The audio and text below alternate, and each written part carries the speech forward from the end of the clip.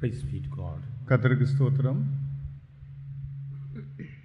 Thank God for having brought us to the second night of this series of Bible study. இந்த வேத பாட கூட்டத்துடன் இரண்டாம் தின மாலை கூட்டத்துக்கு தேவன் நம்மை கொண்டு வந்தபடினால் தேவனை நான் ஸ்தோத்திரிக்கிறேன். As we were singing, truly when we go to heaven we will just say one sentence which will be ringing over and over again. நாம் பாடினது போல பரலோகத்துக்கு நாம் செல்லும்போது ஒரு குறிக்கப்பட்டதான வாக்கியமானது திரும்ப திரும்ப அந்த இடத்தில் இருந்து கொண்டு ஒலித்து கொண்டே இருக்கும். Jesus died my soul to save. என்னுடைய ஆத்மாவை ரட்சிக்கும்படி இயேசு மரித்தார் என்பதுதான். Praise be to God. கர்த்தருக்கு ஸ்தோத்திரம்.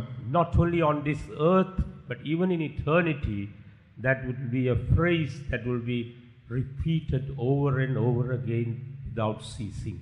இந்த பூமியில் மாத்திரமல்ல, நித்தியத்திலும் கூட திரும்ப திரும்ப மறுபடியுமாக ஒலித்துக் கொண்டே இருக்கிறதான அந்த வார்த்தை அதுவாகத்தான் இருக்கும். Praise be to God. கர்த்தருக்கு ஸ்தோத்திரம். And while we are on this earth, we have to enjoy the blessings that comes through the death of the Lord Jesus Christ. இந்த பூமியில் நாம் இருக்கும்போது தானே ஆண்டவராகிய இயேசு கிறிஸ்துவின் மரணத்தின் மூலமாக வரக்கூடியதான ஆசீர்வாதங்கள் அனைத்தையும் நாம் அனுபவிக்க வேண்டும். Then we will be able to sing this praise over and over again in eternity. அப்படியானால் நித்திய காலமாக இந்த பாடலை இந்த வார்த்தையை நாம் பாடிக்கொண்டே இருக்கக்கூடியவர்களாக இருப்போம். And in order to help us to receive the blessings of God, God gives us an appointment on this earth. இந்த தேவனுடைய ஆசீர்வாதங்களை நாம் பெற்று அனுபவிக்கும்படியாக தேவன் நமக்கு சந்திக்கக்கூடியதான ஒரு நேரத்தை நியமித்திருக்கிறார். He gives every person an opportunity to meet him while on this earth. ஒவ்வொரு நபரும் இந்த பூமியில் இவ்விதமாக இருக்கும்போது அவரை சந்திக்கக்கூடியதான ஒரு நேர வாய்ப்பை அவர் நியமிக்கிறார். One could be in a city like Madras, or one could be in a city like Paris, or he could be even in the jungles of Papua New Guinea. But it makes no difference. God gives everyone an opportunity.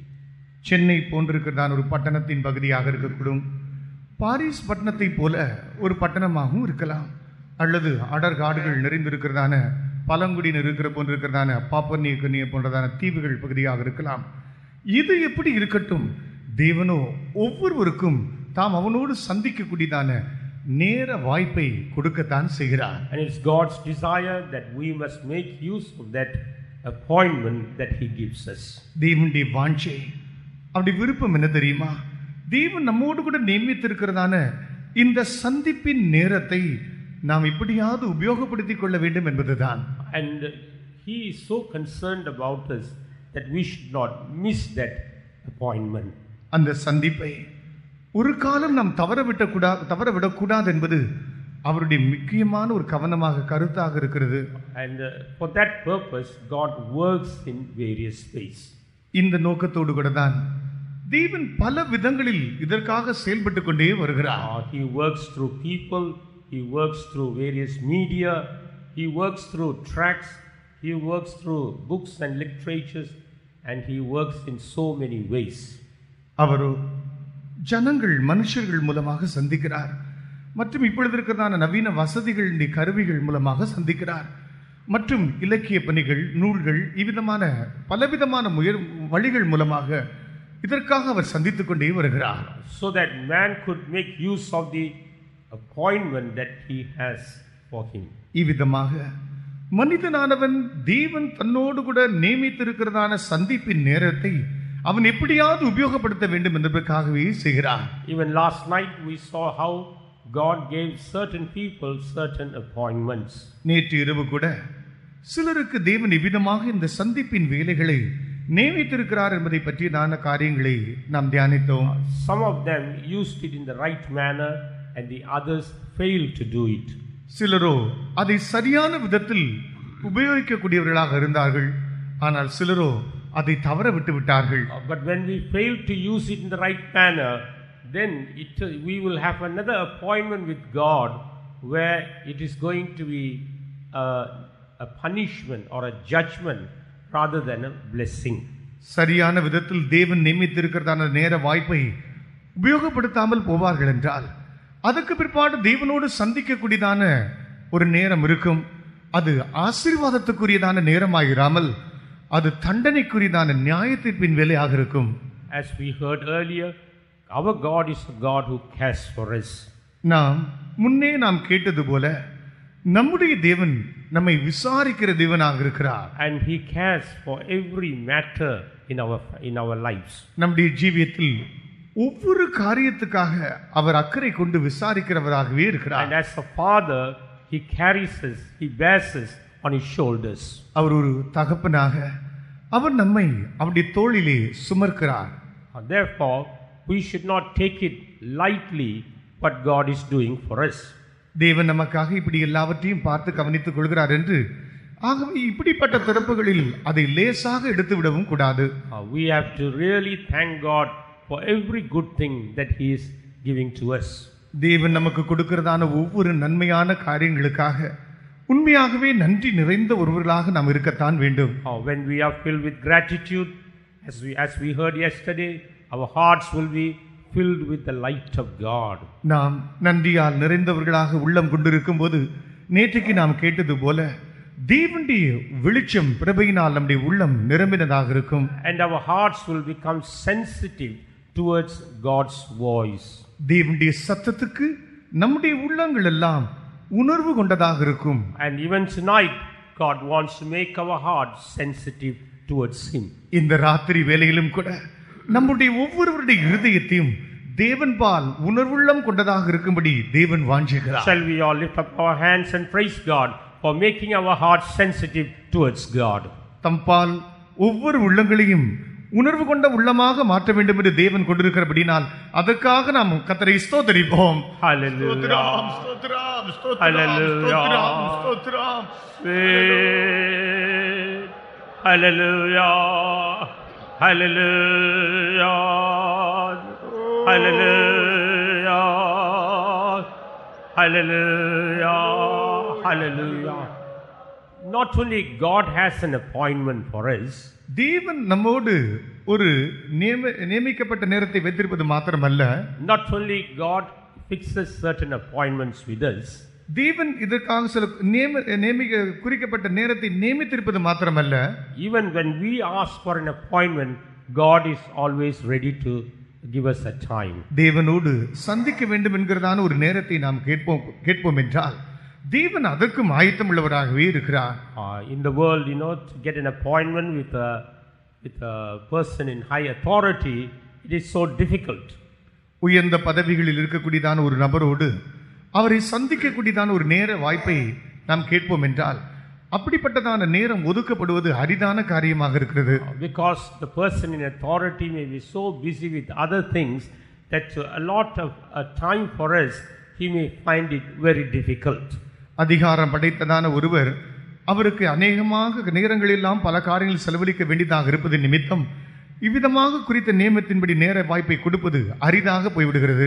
But our God is able to give a time for any person and every person who comes to him. ஆனால் நம்முடைய தேவனோ தம்மண்டையில் வரக்கூடிய ஒவ்வொரு நபருக்கும் நேர வாய்ப்பையும் அந்த நியமத்தையும் கொடுக்கக்கூடியவராகவே இருக்கிறார். Not only he fixes an appointment, he is ever willing to come to us if we fix an appointment. அவர் நம்மோடு சந்திக்கக்கூடியதான ஒரு நேரத்தை நியமிப்பது மாத்திரமல்ல, நாம் அவரோடு போய் சந்திக்கக்கூடியதான ஒரு நேரம் வேண்டும் என்று நாம் செல்வோம் என்றால் அதற்கும் அதை கொடுக்க அவர் ஆயத்தமாக இருக்கிறார். Even tonight many of us may have come here with various needs. இந்த ராத்திரி வேளையிலும் நம்மில் அநேகர் பலவிதமான தேவைகளோடு இங்கு வந்திருக்க கூடும். And you need not be afraid as to how you can approach God. இவ்விதமாக நான் தேவனை போய் சந்திப்பேனோ என்று நீங்கள் பயந்திருக்க வேண்டிய அவசியம் இல்லை. Because he has come here in order to meet your appointment. அவரோ நீங்கள் அவரிடத்தில் கேட்கிறதான இந்த நேர வாய்ப்பை பூர்த்தி செய்யும்படியாகவே வந்திருக்கிறார்.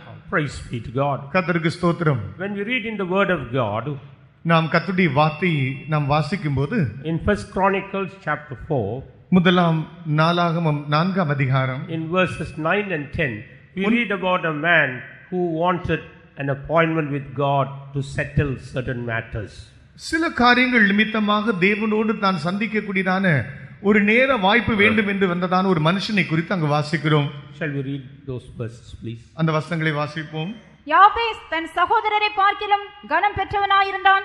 அவன் தாய், நான் துக்கத்தோடே அவனை பெற்றேன் என்று சொல்லி அவனுக்கு யாபேஸ் என்று பெயரிட்டாள். யாபேஸ் இஸ்ரவேலின் தேவனை நோக்கி, தேவரீர் என்னை ஆசீர்வதித்து என் எல்லையை பெரிதாக்கி உமது கரம் என்னோடு இருந்து தீங்கு என்னை துக்கப்படுத்தாதபடிக்கு அதற்கு என்னை விலக்கி காத்தருளும் என்று வேண்டிக் கொண்டான். அவன் வேண்டிக் கொண்டதை தேவன் அருளினார். And Jabez was more honorable than his brethren, and his mother called his name Jabez, saying, because I bear him with sorrow.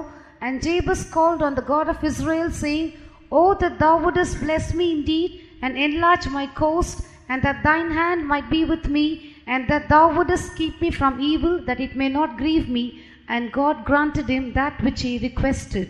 God granted him that which he requested. அவன் வேண்டிக் கொண்டதை தேவன் அருளினார். Praise be to God. கர்த்தருக்கு ஸ்தோத்திரம். He wanted to speak with God. இவன் தேவனோடு தான் பேச வேண்டும் என்று வாஞ்சித்தான். Because of the problem, the situation in which he was in. அவன் இருந்ததான பிரச்சனைகள், சூழ்நிலைகள் நிமித்தமாக. And he was called Jabez because his mother said, I have borne him with much sorrow.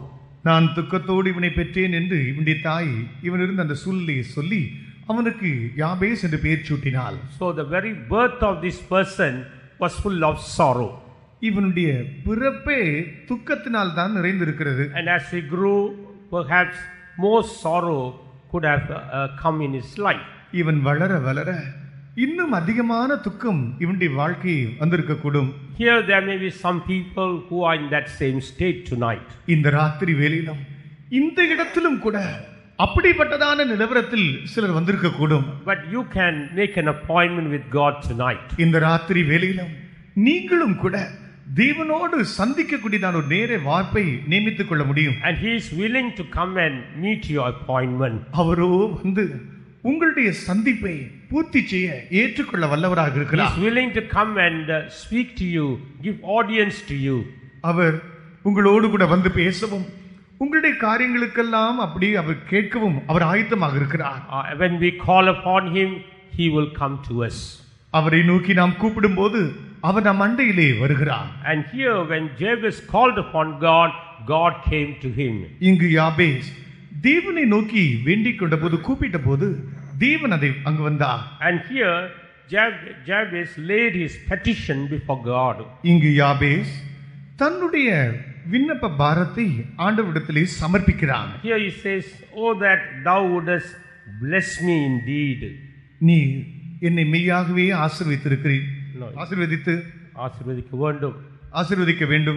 Here he has not realized God's blessings in his life. Therefore he wanted to see the blessings of God in his life. இங்கு தன்னுடைய வாழ்க்கையில் தேவனுடைய ஆசீர்வாதம் என்னதென்று கண்டறியாதவனாக இருந்தபடியினால் தன் வாழ்விலே தேவனுடைய ஆசீர்வாதம் என்னதென்று தான் காணும்படி வாஞ்சித்தான். Do you desire like that tonight? இந்த ராத்திரி வேளையிலும் நீயும் கூட அப்படிப்பட்ட நிலவரத்தில் இருக்கிறாயா? You find that you are far from God's blessings. தேவனுடைய ஆசீர்வாதத்தை விட்டு நான் தூர விலகி போயிருக்கிறேன் என்று நீ உணர்கிறாய். Tonight you can call upon God. இந்த ராத்திரி வேளையிலும் நீ உன் தேவனை நோக்கி கூப்பிட முடியும். You can call like Jabez and say, Lord, if thou wouldest bless me indeed. நீயும் யாபேசை போல ஆண்டவரே நீர் என்னை மெய்யாகவே ஆசீர்வதிப்பீர் என்றால் என்று கூப்பிட முடியும். When we call upon him, he will not turn a deaf ear to us. அவரை நோக்கி நாம் கூப்பிடும்போது அவரோ ஒரு செவி கொடுக்காமல் தம் செவியை திருப்புவதில்லை. He will surely hear your cry and answer your prayer. மெய்யாகவே அவருடைய தம்முடைய செவியை உன்பால் திருப்பி உன்னுடைய ஜெபங்களுக்கு அவர் பதில் கொடுப்பார். And he will send his blessings upon you. தமது ஆசீர்வாதங்களை உன்மேல் அனுப்புவார். Whatever blessings you want, you can ask him tonight. இந்த ராத்திரி வேளையிலும் உனக்கு எப்பேற்பட்ட ஆசீர்வாதம் தேவையாக இருந்தாலும் நீ உன் தேவனை நோக்கி வேண்டிக் கொள்ளலாம். And secondly he says, enlarge my coast. இரண்டாவதாக என்னுடைய எல்லையை பெரிதாக்கி என்று பேசுகிறார். He wants to enlarge his coast. இவனோ தன்னுடைய எல்லையை விசாலமாக்கும்படி வாஞ்சிக்கிறான். What does that show? இது எதை காட்டுகிறது? He wants a growth in his life. இவனோ தன்னுடைய ஜீவியத்திலே ஒரு வளர்ச்சியை வாஞ்சிக்கிறான். A growth in his spiritual life. தன்னுடைய ஆவிக்குரிய வாழ்விலே ஒரு வளர்ச்சியை வாஞ்சிப்பது. He may have followed God for so many years without any growth in his personal life. தன்னுடைய தனிப்பட்ட வாழ்க்கையில் எந்த விதமான வளர்ச்சியின்றி எத்தனையோ ஆண்டுகள் தேவனை பின்பற்றி வந்திருக்க கூடும். But now he is putting his petition before God. இப்பொழுது இவனோ தன்னுடைய விண்ணப்ப பாரத்தை தேவனிடத்தில் வைக்கிறான். You can also lay your petition at the feet of the Lord tonight. நீயும் கூட இந்த ராத்திரி வேளையில் உன்னுடைய ஜெப பாரத்தை விண்ணப்பத்தை ஆண்டவரிடத்தில் வைக்கலாம். And he is able to multiply your life and enlarge your coast. உன்னுடைய ஜீவியத்தை அவர் விசாலமாக்கி உன்னுடைய எல்லையை பெரிதாக்க அவர் வல்லவராக இருக்கிறார். He is able to make you flourish in your spiritual life. உன்னுடைய ஆவிக்குரிய ஜீவியத்திலே அதை செழித்தோங்க செய்ய அவர் வல்லவராக இருக்கிறார். Therefore you can also boldly make this petition in God's presence tonight. ஆகவே தேவனுடைய சமூகத்திலே தைரியம் கொண்டு உன்னுடைய விண்ணப்ப பாரமாகி இதை நீ சமர்ப்பிக்கலாம். And next he says, thy hand might be with me. அடுத்தபடியாக உமது கரம் என்னோடு இருந்து என்று பேசுகிறார். Praise be to God. கர்த்தருக்கு ஸ்தோத்திரம். He wants God's hand to be with him.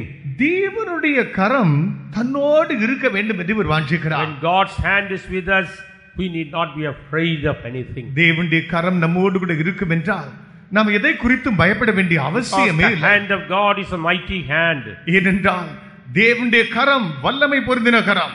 The hand of God can do all things for us. தேவனுடைய கரம் நமக்காக அனைத்தையும் செய்து முடிக்க வல்லதாக இருக்கிறது. You may be in various problems tonight. இந்த ராத்திரி வேளையில் பலவிதமான பிரச்சனைகளில் நீங்கள் வாழ்ந்து கொண்டிருக்கலாம். When the hand of God is stretched out, you can see all your problems being solved. தேவனுடைய கரம் நீட்டப்படும் என்றால் உங்கள் பிரச்சனைகள் அனைத்தும் தீர்ந்து போவதை உங்களால் காண முடியும். Therefore you can also boldly make this petition, Lord, that your hand might be with me. ஆகவே நீங்களும் கூட தேவனே உம்முடைய கரம் என்னோடு இருக்க வேண்டும் என்று தைரியமாக உம்முடைய விண்ணப்பத்தை சமர்ப்பிக்கலாம். And our God is here to answer our petition. நம்முடைய விண்ணப்பத்துக்கு பதில் கொடுக்கும்படி நம்முடைய தேவன் இங்கே இருக்கிறார். He has given us an appointment with him so that we can put our petition to him. நாம் நம்முடைய விண்ணப்பத்தை அவரிடத்தில் சமர்ப்பிக்கும்படி நம்மோடு கூட ஒரு சந்திப்பின் நேரத்தை அவர் ஒதுக்கி வைத்திருக்கிறார். Praise be to God. கர்த்தருக்கு ஸ்தோத்திரம். And finally he says, keep me from all evil. கடைசியாக எல்லா தீமை பொல்லாப்புக்கும் என்னை விலக்கும் என்று பேசுகிறார். That is the most important thing. இது மிகவும் முக்கியமான ஒரு காரியம். Though we are on this earth enjoying many blessings from God, unless God keeps us from evil, we cannot keep ourselves. நாம் இந்த பூமியில் இருந்து எத்தனையோ தேவனுடைய ஆசீர்வாதங்களை அனுபவித்து வந்தாலும் தேவனே நம்மை பொல்லாப்பிலிருந்து விலக்கி காக்காவிட்டால் நம்மால் ஒன்றும் இயலாது. Because the enemy is always there to trap us in some kind of evil. ஏனென்றால் ஏதோ விதமான பொல்லாப்பினால் நம்மை கண்ணில் சிக்க வைக்கும்படி சத்ருவானன் எப்போதும் இருக்கிறார். That's why he makes this prayer, keep me from evil. அதனால்தான் என்னை தீமை பொல்லாப்பில் இருந்து விலக்கி காத்தருளும் என்று விண்ணப்பம் பண்ணுகிறார். Even in the Lord's prayer we see a similar statement being made. ஆண்டவருடைய ஜெபத்திலும் கூட இதற்கொப்பான ஒரு வாக்கியத்தை அங்கு பார்க்கிறோம். Keep us from evil. தீமையிலிருந்து எங்களை ரட்சித்துக் கொள்ளும். Praise be to God. கர்த்தருக்கு ஸ்தோத்திரம். And that prayer will be answered by God. தேவனால் அந்த ஜெபம் பதிலளிக்கப்பட்டது. Because this prayer is a prayer according to God's will. ஏனென்றால் இந்த ஜெபம் தேவனுடைய சித்தத்தின்படி உண்டாகிற ஜெபம். Therefore tonight we are in God's presence in order to make use of this appointment that God has given us. இந்த ராத்திரி வேளையிலும் தேவன் நம்மோடு சந்திக்கும்படி குறிக்கப்பட்டதான நேரத்தை அந்த வாய்ப்பை உபயோகப்படுத்தும்படியாக அவருடைய சமூகத்தில் நாம் இருக்கிறோம். If there is anyone here like Jabez, you can cry out to God. இங்கும் கூட யாபேசை போல யாராவது இருப்பீர்கள் என்றால் நீங்களும் தேவனை நோக்கி கூப்பிடலாம். You may be filled with some kind of sickness. நீங்கள் ஒரு விதமான வியாதியினால் தாக்கப்பட்டிருக்க கூடும். Or you could have some kind of problem in your life. உங்களுடைய வாழ்க்கையிலே ஒரு விதமான பிரச்சனைகளினாலே நீங்கள் சூழப்பட்டிருக்கலாம். Or you could have lost your peace and joy. உங்களுடைய சமாதானத்தை சந்தோஷத்தை இழந்து நீங்கள் காணப்படலாம். You may even have lost something which is very precious in your life. உங்களுடைய வாழ்க்கையிலே விலையேறப்பெற்றதான ஒன்றை நீங்கள் இழந்தும் இருக்கக்கூடும். Whatever state you may be in tonight, the God of Jabez is in our midst. உங்களுடைய நிலவரம் இந்த ராத்திரி வேளையில் எப்படிப்பட்டதாக இருந்தாலும் யாபேசின் தேவன் இன்றைக்கு நம்முடைய மத்தியிலே இருக்கிறார். Even tonight the God of Jabez is in our midst. இந்த வேளையிலும் யாபேசின் தேவன் நம்முடைய மத்தியில் இருக்கிறார். And God who answered Jabez is here to answer the cry of everyone seated here. யாபேசுக்கு பதில் கொடுத்ததான அந்த தேவன் இந்த ராத்திரி வேளையிலும் இங்கு வீற்றிருக்கிற ஒவ்வொருவருக்கும் தமது பதிலை அளிக்கும்படியாக இருக்கிறார். Shall we all praise God because we have got such a wonderful God? அப்படிப்பட்ட ஒரு ஆச்சரியமான ஒரு தேவன் நம்மோடு கூட இருக்கிறபடியால் நாம் எல்லாரும் கர்த்தரை ஸ்தோத்திரிப்போம். Hallelujah. Hallelujah. Hallelujah. Hallelujah. Hallelujah. Hallelujah. Hallelujah. Hallelujah. Hallelujah. Hallelujah. Praise be to God. கர்த்தருக்கு ஸ்தோத்திரம். Tonight God may have an appointment for certain people. இன்றைக்கு இந்த தேவன் சிலரோடு கூட சிலர் சந்திக்கக்கூடிய நேர வாய்ப்பை ஏற்படுத்தி இருக்கிறார். And that appointment is to show you your destination. இந்த சந்திக்கும்படி தேவன் கொடுத்த இந்த நேர வாய்ப்பு உங்களுடைய இலக்கு இன்னதென்று உங்களுக்கு காட்டி கொடுக்கும்படியாக.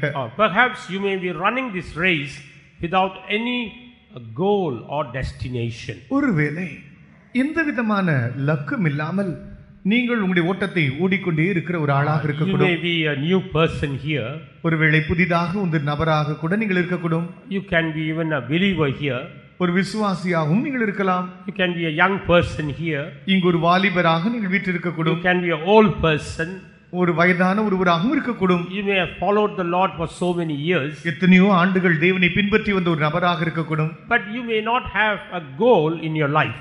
ஆயினும் உங்களுடைய வாழ்க்கையிலே லக்கு இல்லாத ஒரு நபராகவும் நீங்கள் இருக்கலாம். And tonight God is giving you this appointment in order to show you your goal. இந்த ராத்திரி வேளையிலே தேவன் உங்களுடைய லக்கு இன்னதென்று உங்களை சுட்டி காட்டும்படியாக இந்த சந்திரிக்கக்கூடியதான் இந்த நேர வாய்ப்பை உங்களுக்கு தருகிறார். Because we have to prepare ourselves for that destination. ஏனென்றால் நாம் நம்மையே அந்த லக்குக்காக நம்மை ஆயத்தப்படுத்த வேண்டும். If we don't prepare ourselves, we cannot reach that goal. நாம் நாமே விதமாக ஆயத்தப்படுத்தாவிட்டால் அந்த லக்கை நாம் அடைய முடியாது. And for an example, we can look at certain happenings in the Gospel of Saint Mark. Mark சுவிசேஷத்தின் சில பகுதிகளை இதற்கு உதாரணமாக நாம் காணலாம். When we turn to Mark chapter 11, mark சுவிசேஷம் 11ஆம் அதிகாரம் and read verse 4 please. 4ஆம் வசனம் வாசியுங்கள். அவர்கள் போய் வெளியே இருவடி சந்தியில் ஒரு வாசலருகே கட்டியிருந்த அந்த குட்டியை கண்டு அதை அவிழ்த்தார்கள். And they went their way and found the colt tied by the door without in a place where the two ways met, and they loose him. Praise be to God. கர்த்தருக்கு ஸ்தோத்திரம். Here the disciples of Jesus went their way and found the colt tied by the door.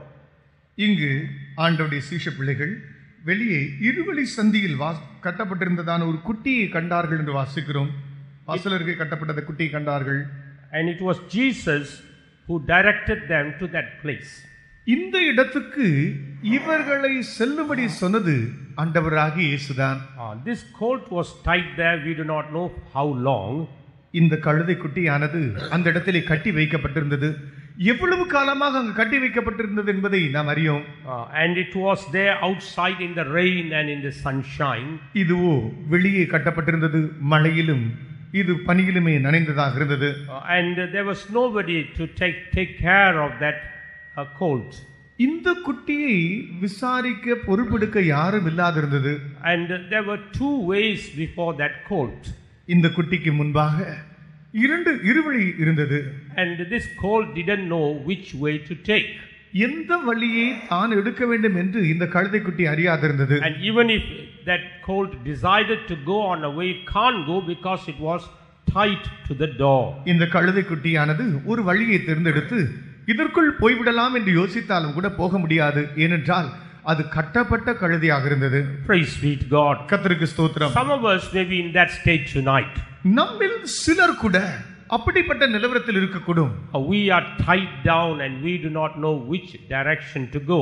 எந்த வழியாக நாம் செல்ல வேண்டும் என்று முடியாதவர்களாக கட்டப்பட்ட நிலையில் நாம் இருக்க முடியும். We could be tied down by sin. பாவத்தினாலே கட்டப்பட்டிருக்க கூடலாம். We could be tied down by sickness. வியாதியினால் நாம் ஒருவேளை கட்டப்பட்டிருக்க கூடும். Or we could be tied down by enormous problems. பலவிதமான பிரச்சனைகள் நிமித்தமாக கட்டப்பட்டவர்களாக நாம் இருக்கக்கூடும். Or we could be tied down because of the various debts that we have incurred. நாம் சிக்கி இருக்கிறதான பலவிதமான கடன்கள் நிமித்தமாக கட்டப்பட்ட ஒரு ஆளாக இருக்கக்கூடும். We could be tied down by so many things in our lives. இவ்விதமாக நம்முடைய வாழ்க்கையில் ஜீவியத்திலே பலவிதமான காரியங்கள் நிமித்தமாக கட்டப்பட்ட ஒரு நபராக நாம் இருக்கக்கூடும். There are at least some who are tied down by various burdens in their life. தங்களுடைய வாழ்க்கையிலே பலவிதமான பாரங்களினால் கட்டப்பட்டவர்களும் உண்டு.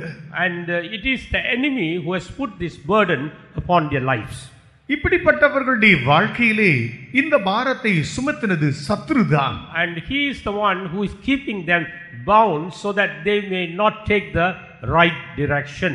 சரியான வழியை செம்மையான மார்க்கத்தை தாங்கள் தேர்ந்தெடுக்கப்படியாதபடிக்கு இவர்களை இவ்விதமாக கெடுத்து வஞ்சித்து போட்டவன் இவன்தான். It is the enemy, the devil, who is keeping them from going forward in search of the right place. சரியான இடத்தை தேடி முன்னேறி செல்லும்படியாக முடியாதபடி தடை செய்திருக்கிறவன் வஞ்சித்து போட்டவன் இந்த சத்துருதான்.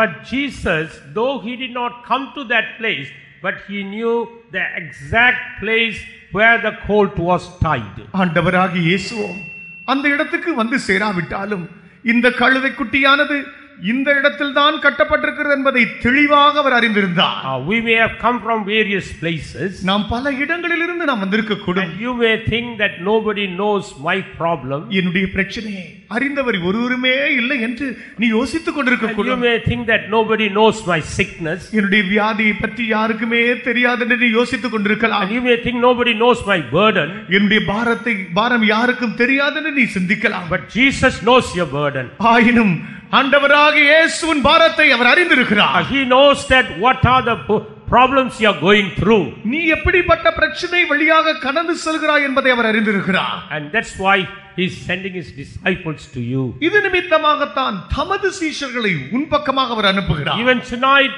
it is the word of God that has brought you here. இந்த ராத்திரி வேளையிலும் இந்த இடத்துக்கு உன்னை அழைத்து கொண்டு வந்திருப்பது தேவனுடைய வார்த்தை. It's that same word of God that is coming to you and untying that knot that is around your neck. இதே தேவனுடைய வார்த்தை தான் நீ கட்டப்பட்டிருக்கிறதான உன் கட்டை அவிழ்த்து விடும்படியாக இதோ உன் பக்கமாக வருகிறது. That same word of God is breaking that bondage in your life tonight. இந்த ராத்திரி வேளையிலும் உன்னுடைய வாழ்க்கையில் இருக்கிறதான கட்டுகளை இந்த அதே வார்த்தை அவிழ்க்கிறது. It is Jesus who sent his disciples. இந்த சீஷர்களை அனுப்பினது ஆண்டவராகிய இயேசுவே. That same Jesus as he is sending his servants to you. இந்த அதே இயேசுவானவர் தமது ஊழியர்களை உன்னிடத்தில் அனுப்பி இருக்கிறார். It's that same Jesus who is sending his word to you. இதே இயேசுதான் தமது வார்த்தையை உன்னிடத்தில் அனுப்புகிறார். Because he knows your state. ஏனென்றால் உன்னுடைய நிலவரம் என்னவென்று அவருக்கு தெரியும். He knows that you can't untie yourself. நீயே உன்னை அவிழ்த்துக் கொள்ள முடியாது என்பதையும் அவர் அறிந்திருக்கிறார். That's why he is sending his people, his servants to you. இது நிமித்தமாகத்தான் அவர் தம்முடைய ஜனமாகிய தம்முடைய ஊழியர்களை உன் பக்கமாக அனுப்புகிறார். That's why he is sending his powerful word to you tonight. அதனால் தான் இந்த ராத்திரி வேளையில் தம்முடைய வல்லமை பொருந்தின வார்த்தையை அவர் அனுப்புகிறார். If you believe that powerful word of Jesus, இந்த இயேசுவின் வல்லமை நிறைந்த வார்த்தையை நீ விசுவாசிப்பாய் என்றால் tonight all your ties, all your burdens will be removed. இந்த ராத்திரி வேளையில் தானே உன்னை கட்டி இருக்கிற கட்டுகள் அனைத்தும் அவிழ்ந்து போம். Tonight you will see that you are a free man. இந்த ராத்திரி வேளையில் நீ ஒரு விடுதலையான ஆள் என்பதை நீ உணர்வாய். Praise be to God. கர்த்தருக்கு ஸ்தோத்திரம். When the disciples came and untied the colt, சீஷ பிள்ளைகள் வந்து இந்த கழுதை குட்டியை அவிழ்த்த போது there were people, they questioned them, what are you doing? நீங்கள் செய்கிறது என்ன என்று அங்கு அவர்களை கேள்வி கேட்கிற ஜனங்கள் இருந்தார்கள். There was an hindrance. அங்கு ஒரு தடை இருந்தது. In the same manner, when the word of God comes to you, the enemy will put various hindrance in your life. இதுபோல தேவனுடைய வார்த்தை உன் பக்கமாக அனுப்பப்படும் போது அதை தடை செய்ய சத்துருவானவன் அங்கு இருப்பான். The greatest hindrance is our own unbelief. பெரிய தடை என்ன தெரியுமா? நமக்குள்ளே இருக்கிறதான இந்த பெரிய அவிசுவாசம். But tonight God is sending his word. ஆனாலும் தேவனோ இந்த ராத்திரி வேளையிலே தம்முடைய வசனத்தை வார்த்தை அனுப்பத்தான் செய்கிறார். He is sending his powerful word. அவர் தம்முடைய வல்லமை பொருந்தின வார்த்தையை அனுப்புகிறார். And that powerful word is able to break that spirit of unbelief that is working in you. அந்த வல்லமை பொருந்தின வார்த்தை உனக்குள் செயல்பட்டு கொண்டிருக்கிறதான அவிசுவாசத்தை முறித்தெறிய வல்லது. And for that purpose God has given you this appointment. அந்த நோக்கத்துக்காகத்தான் இந்த சந்திக்கிறதான நேர வாய்ப்பை தேவன் உனக்கு தந்தருளி இருக்கிறார். You have not just come here to sit in this place and go away as you have come. ஏதோ இந்த இடத்துக்கு வந்து இந்த இடத்திலே உட்கார்ந்து விட்டு பிற்பாடு நீ வந்த பிரகாரமாக போகும்படியாக நீ அழைக்கப்படவில்லை. God has brought you with a definite purpose. தேவன் திட்டவட்டமான ஒரு நோக்கத்தோடு கூட உன்னை கொண்டு வந்திருக்கிறார். God has brought you not to grant you a deliverance. உனக்கு ஒரு விடுதலையை அருள் செய்யும்படி ஆண்டவர் அழைத்திருக்கிறார். God has brought you to grant you a healing. உனக்கு ஒரு சுகத்தை கொடுக்கும்படியாக அவர் உன்னை அழைத்திருக்கிறார். God has brought you here in order to set you free from your burdens. உன்னுடைய பாரங்களிலிருந்து உன்னை விடுதலையாக்கும்படியாக தேவன் உன்னை அழைத்து வந்திருக்கிறார். God has brought you here to set you free from the burden of sin. பாவ பாரத்திலிருந்து விடுதலையாக்கப்பட்டு நீ சுயாதீனமாய் இருக்கும்படியாக அவர் உன்னை அழைத்து வந்திருக்கிறார். And the word of God is coming to you right now. இப்பொழுதே கர்த்தருடைய வார்த்தை உன்னை தேடி வருகிறது. Receive the word into your heart right now. இந்த தேவனுடைய வருகிற வார்த்தை உன் உள்ளத்திலே பெற்றுக்கொள். Let that word work in your life right now. இந்த ராத்திரி வேளையில் உன் உள்ளத்துக்குள் இப்பொழுதே அந்த வார்த்தை செயல்படட்டும். Let that word bring about a deliverance right now. இப்பொழுதே அந்த வார்த்தை உனக்குள் ஒரு விடுதலையை கொடுக்கட்டும். That word is working in your heart right now. அந்த வார்த்தை இப்பொழுதே உனக்குள் செயல்படுகிறது. Praise be to God. கர்த்தருக்கு ஸ்தோத்திரம். And after the disciples untied the colts, சீஷர்கள் இந்த கழுதை குட்டியை அவிழ்த்த பிற்பாடு they brought it to Jesus. அதை இயேசு வண்டியிலே கொண்டு வந்தார்கள். And they put their garments upon it. அதன் மேல் வஸ்திரங்களை விரித்தார்கள். And Jesus sat upon that colt. இயேசு அந்த கழுதை குட்டியின் மேல் ஏறினார். And we read that Jesus, in the 11th verse, that Jesus entered into Jerusalem upon that ass. 11ஆம் வசனத்திலே வாசிக்கும்போது அந்த கழுதை குட்டியின் மேல் ஏறினவராக ஆண்டவராகிய இயேசு கிறிஸ்து தேவாலயத்துக்குள் பிரவேசித்தார். He entered into Jerusalem. எருசலேமுக்குள் பிரவேசித்தார். Praise be to God. கர்த்தருக்கு ஸ்தோத்திரம். Yes, Jesus wants to clothe you with his righteousness. ஆண்டவராகிய இயேசுவோ தமது நீதியினால் உன்னை உடுத்தும்படி வாஞ்சிக்கிறார். When we obey God's word and take the right baptism, நாம் தேவனுடைய வசனத்துக்கு கீழ்ப்படிந்து சரியான தண்ணீர் ஞானஸ்நானம் எடுத்துக்கொள்ளும் போது he clothes us with his righteousness. தமது நீதியினால் அவர் நம்மை உடுத்துகிறார். That righteousness is necessary to press forward.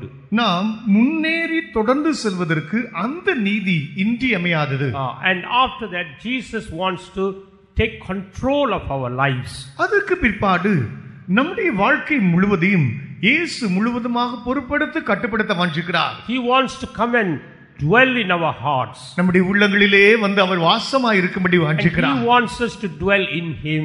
நாம் அவருக்குள் வாசமாய் இருக்கும்படி வாஞ்சிக்கிறார். The triune God wants to come and dwell in us. திரியேக தேவன் நமக்குள்ளே வந்து வாசமாய் இருக்கும்படி வாஞ்சிக்கிறார். For that purpose he fills us with the baptism of the Holy Spirit. இந்த நோக்கத்துக்காகத்தான் பரிசுத்தாவியின் ஞானஸ்நானத்தை அபிஷேகத்தை அவர் நம்மை நிரப்புகிறார். So that we could enter into Jerusalem. இவ்விதமாக நாம் எருசலேமுக்குள் பிரவேசிக்கும்படியாக செய்கிறார். That is our destination. அதுவே நம்முடைய இலக்காக இருக்கிறது.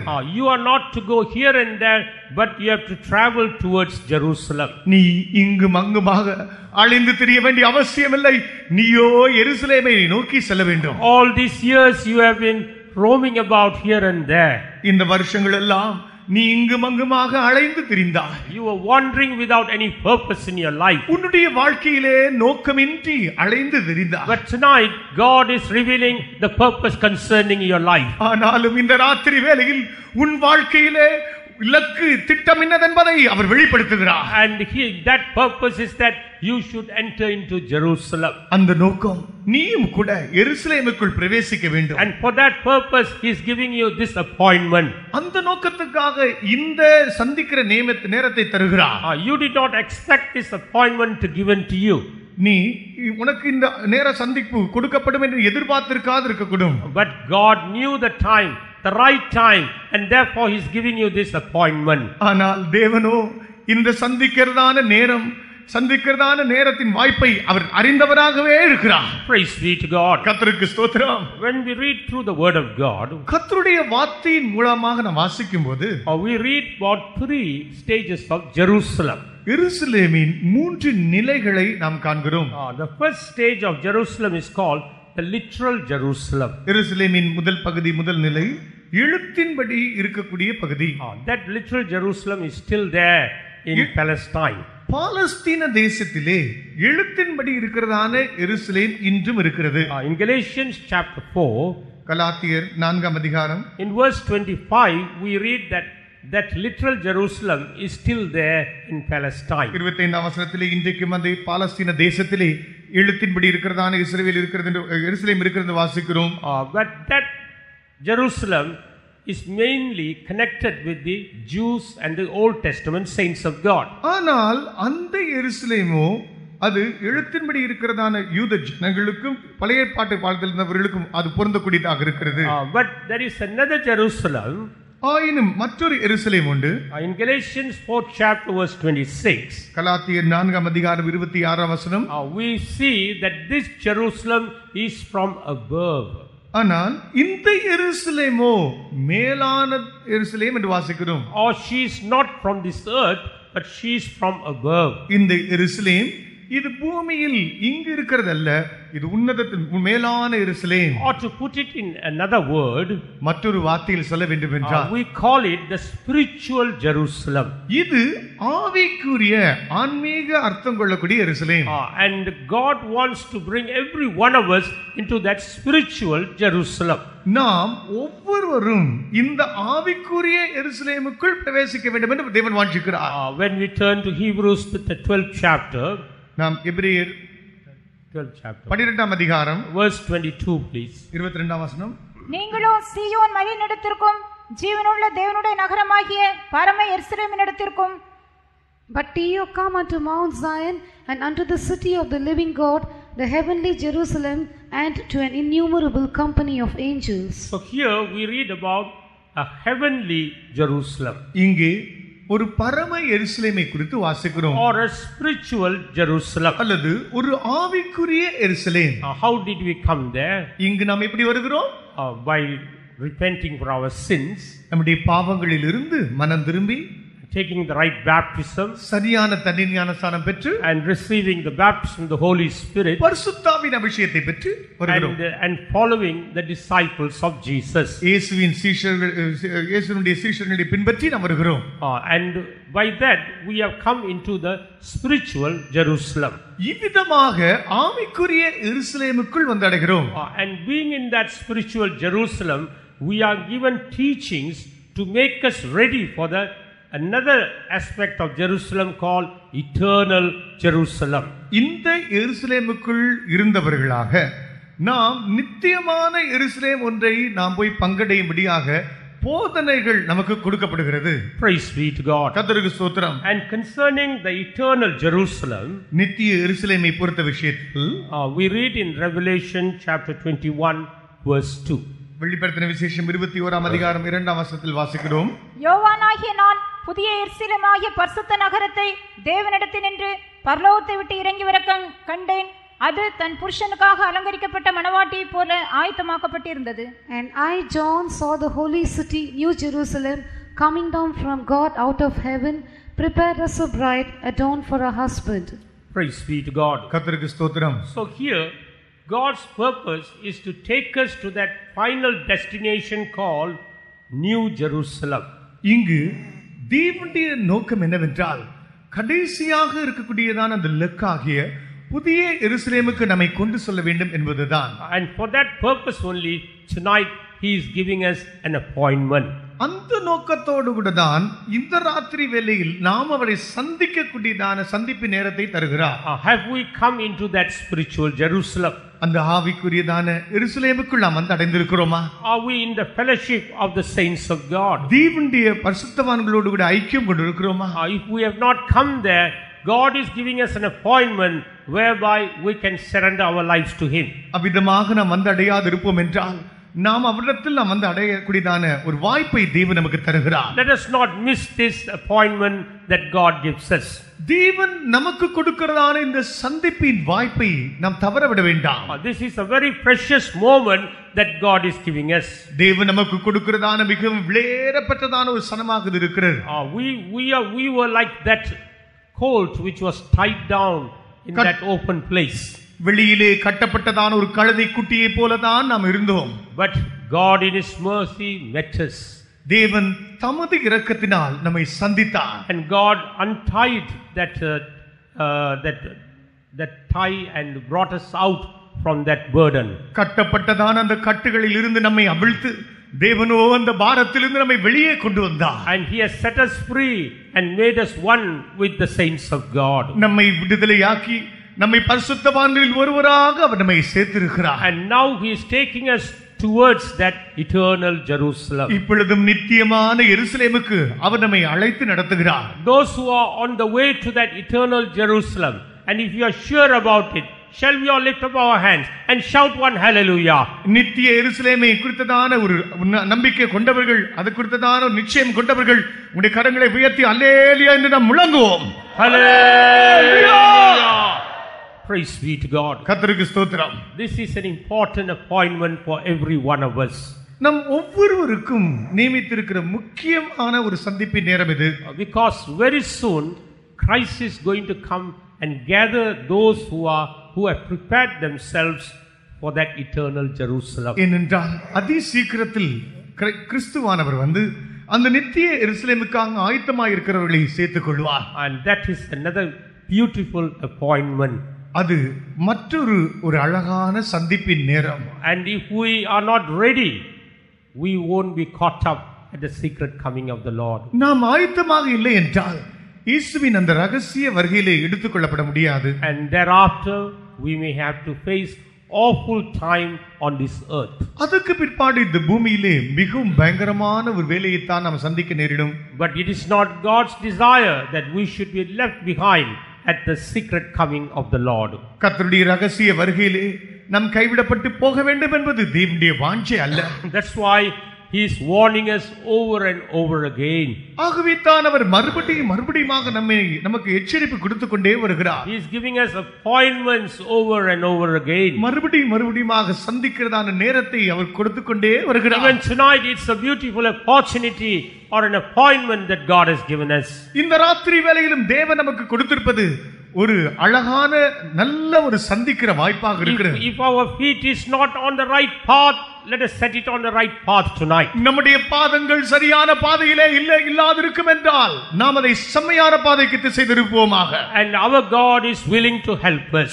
நமது தேவன் நமக்கு உதவி செய்ய வல்லவராக இருக்கிறார். In whatever state you may be in, our God is willing to help us. நம்முடைய நிலை எதுவாக இருக்கட்டும், நம்முடைய தேவனோ நமக்கு உதவி செய்ய மனமுவந்திருக்கிறார். Praise be to God. கர்த்தருக்கு ஸ்தோத்திரம். And further, when we look at the word of God, மறுபடியுமாக கர்த்தருடைய வார்த்தையை நாம் இன்னும் காணும்போது in Amos chapter 4, ஆமோஸின் புத்தகம் 4ஆம் அதிகாரம், shall we read verse 12 please? 12ஆம் வசனத்தை வாசிப்போம்.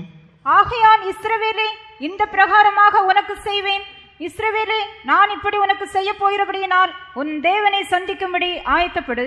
Therefore thus will I do unto thee, O Israel, and because I will do this unto thee, prepare to meet thy God, O Israel. So here the Lord tells Israel, prepare to meet thy God. இங்கு தேவன் இஸ்ரவேலை பார்த்து சொல்கிறார், உன் தேவனை சந்திக்கும்படி ஆயத்தப்படு. Why did God say that? ஏன் தேவன் அதை சொல்கிறார்? Because God was giving them opportunities after opportunities to mend their ways, but they were not willing. இவருடைய வழிகளை திருத்திக் கொள்ளும்படியாக அவர் திரும்ப வாய்ப்புகளை கொடுத்து கொண்டே வந்தார். ஆனால் அவர்களோ செவி கொடாமல் போனார்கள். In verses 8, 9 and 10 we read, ye have not yet returned unto me. 8, 9, 10 வசனங்களை வாசிக்கும்போது நீயோ என்னிடத்தில் திரும்பாமல் போனாய் என்று சொல்கிறார். In every verse it ends there saying, yet ye have not returned unto me. ஒவ்வொரு வசனமும் நீங்கள் என்னிடத்தில் திரும்பாமல் போனீர்கள் என்று எழுதப்பட்டிருக்கிறது. God was warning them over and over again, and still they were not repenting and coming back to God. தேவனோ மறுபடியும் மறுபடியும் அவர்களை எச்சரிப்பு கொடுத்து கொண்டே வருகிறார். அவர்களோ அதை ஏற்று அவரிடத்தில் திரும்பாமலே போய்விட்டார்கள். And in this present age we are that spiritual Israelites. இன்றைக்கு இருக்கிறதான தற்காலிக சூழ்நிலையில் ஆவிக்குரிய இஸ்ரவேலர்களாக நாம் இருக்கிறோம். And are we found in that same place? Are we in that same state? நாம் அதே அந்த நிலவரத்தில் இருக்கிறோமா? Is God concerned about us, and is he telling us to turn back to him? தேவன் நம்மேல் அக்கறை கொண்டவராக அவரிடத்தில் திரும்பி வர வேண்டும் என்று அவர் சொல்கிறவராக இருக்கிறாரா? Is he telling us prepare to meet thy God? உன் தேவனை சந்திக்கபடி நீ ஆயத்தப்படு என்று சொல்லக்கூடிய இடத்தில் இருக்கிறாரா? Here God says prepare to meet thy God because awful judgment is going to come upon you. பயங்கரமான நியாயத்தீர்ப்பு உன்மேல் வர காத்திருக்கிறது. ஆகவே உன் தேவனை சந்திக்க நீ ஆயத்தப்படு என்று சொல்கிறார். But concerning the bride, that is not the statement that God makes. ஆனால் மனவாட்டி குறித்ததான விஷயத்தில் தேவன் இப்படிப்பட்டதான காரியத்தை கூற்றை சொல்வதில்லை. He always reminds us that I am waiting for you. அவர் எப்போதும் உனக்காக நான் காத்திருக்கிறேன் என்றே நினைப்பூட்டுகிறார். But here the Old Testament saints of God hardened their hearts. இங்கே இந்த பழைய ஏற்பாட்டு காலத்து பரிசுத்தவான்கள் தங்களுடைய இருதயத்தை கடினப்படுத்தி விட்டார்கள். In that chapter we read that even their offerings, their sacrifices, their worship, everything was abominable in the sight of God. இந்த அதிகாரங்களில் நாம் காணும்போது அவர்களுடைய பலிகள், காணிக்கைகள், ஆராதனைகள் இவைகள் அனைத்துமே தேவனுக்கு அருவருப்பாகவே தோன்றின. Because it was not done with a truthful heart. என்றால் உண்மையான ஒரு இருதயத்தோடு இவைகள் செய்யவில்லை. They did not do it according to God's word. தேவனுடைய வார்த்தை வசனத்தின்படி அவர்கள் செய்யவில்லை. They did not do it to praise God, to exalt God. தேவனை துதிக்க அவரை உயர்த்தும்படியாக அவர்கள் அதை செய்யவில்லை. They did it just to pacify their own self. தன்னுடைய சுயத்தை மாத்திரம் ஒரு திருப்தி அடைய செய்ய வேண்டும் என்பதற்காகத்தான் செய்தார்கள். That's why here God is warning them. இது நிமித்தமாகத்தான் தேவன் அவர்களுக்கு எச்சரிப்பு கொடுக்கிறார். Praise be to God. கர்த்தருக்கு ஸ்தோத்திரம். In the book of Hosea chapter 6, ஓசியாவின் புத்தகம் 6ஆம் அதிகாரம் in verse 7, God says that they like men have transgressed the covenant. இவர்கள் உடன்படிக்கைகளை முறித்து போட்டதான மனுஷர்கள் என்று தேவன் அங்கு 7ஆம் வசனத்தில் சொல்கிறார். Like men or like Adam, they have transgressed my covenant. இவர்களோ ஆதாமை போல என்னுடைய உடன்படிக்கையை முறித்து போட்டவர்கள் என்று சொல்கிறார். Even with Adam, God had made a covenant. தேவன் ஆதாமோடு கூட ஒரு உடன்படிக்கை பண்ணியிருந்தார். That shows that the sacrifice of Jesus was there even before Adam was created. ஆதாம் சிருஷ்டிக்கப்படுவதற்கு முன்பே ஆண்டவராக இயேசு கிறிஸ்துவாகிய பலியானது முன்னமே நியமிக்கப்பட்ட ஒன்றதாக இருக்கிறது நாம் இதில் வாசிக்கிறோம். Because for a covenant you need a sacrifice, you need blood. ஏனென்றால் ஒரு உடன்படிக்கை என்றால் அதற்கு பலி வேண்டும், அதில் இரத்தம் இருக்க வேண்டும். Here it is not spoken about after the fall of Adam, it's before the fall of Adam. இது ஆதாமுடைய விழுகைக்கு முன்னல்ல, விழுகைக்கு பின்னல்ல, விழுகைக்கு முன்னே சொல்லப்பட்ட ஒன்றாக இருக்கிறது. Praise be to God. கர்த்தருக்கு ஸ்தோத்திரம். So the sacrifice of Jesus was there even before the fall of man. மனுஷனுடைய விழுகைக்கு முன்பாகவே ஆண்டவராக இயேசு கிறிஸ்துவின் பலியானது ஏற்கனவே இருக்கிறது. And through that sacrifice this covenant was made with man. இந்த பலியின் நிமித்தமாக இந்த மனுஷனோடு உடன்படிக்கையானது நியமிக்கப்படுகிறது. But here we read that Adam transgressed that covenant. ஆனால் இங்கு வாசிக்கிறோம் ஆதாம் அந்த உடன்படிக்கையை மீறினான். In the same manner God's people also transgressed the covenant of God. இது போலவே தேவனுடைய ஜனங்கள் கூட தேவனுடைய உடன்படிக்கைகளை மீறி போடுகிறார்கள். In the same thing applies to the New Testament saints of God. இதே காரியம் புதிய ஏற்பாட்டு காலத்து பரிசுத்தவான்களுக்கும் பொருந்தக்கூடியதாக இருக்கிறது. Through the blood of Jesus God has brought us into a covenant with Him.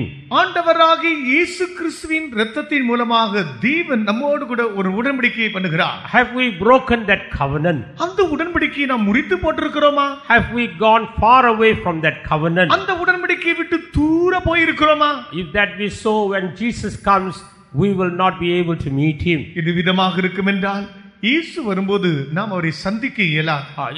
We will be missing that appointment at the secret coming of the Lord. கர்த்தருடைய ரகசிய வருகையிலே அந்த சந்திப்பின் வேளையை நாம் தவற விடுகிறவர்களாக இருந்து விடுவோம். And that will be a great loss in our life. அது நம்முடைய ஜீவியத்திலே பெரிதான ஒரு இழப்பாய் போய்விடும். That's why tonight God is reminding us of the covenant. ஆகவே தான் இந்த ராத்திரி வேளையிலே அந்த உடன்படிக்கையை பற்றி தேவன் நமக்கு நினைப்பூட்டுகிறார். Praise be to God. கர்த்தருக்கு ஸ்தோத்திரம். When we look at the sacrifice of Jesus, இயேசுவின் பலியை குறித்து நாம் காணும்போது that sacrifice is a perfect sacrifice. அந்த பலி ஒரு பூரணமான பலி. And that sacrifice is able to make us ready for the coming of the Lord. அந்த பலியானது கர்த்தருடைய வருகைக்கு நம்மை ஆயத்தப்பட வைக்கக்கூடியதாக இருக்கிறது. That's why we have to come to the cross. இது நிமித்தமாகத்தான் சிலுவை அண்டையில் நாம் வந்து சேர வேண்டும். When St. Paul speaks about it in 1 Corinthians 2nd chapter verse 2, முதலாம் கொரிந்தியர் 2ஆம் அதிகாரம் 2ஆம் வசனத்தில் பரிசுத்த பவுல் இதை பற்றி பேசும்போது, he says that I am determined not to know anything among you save Christ and Him crucified.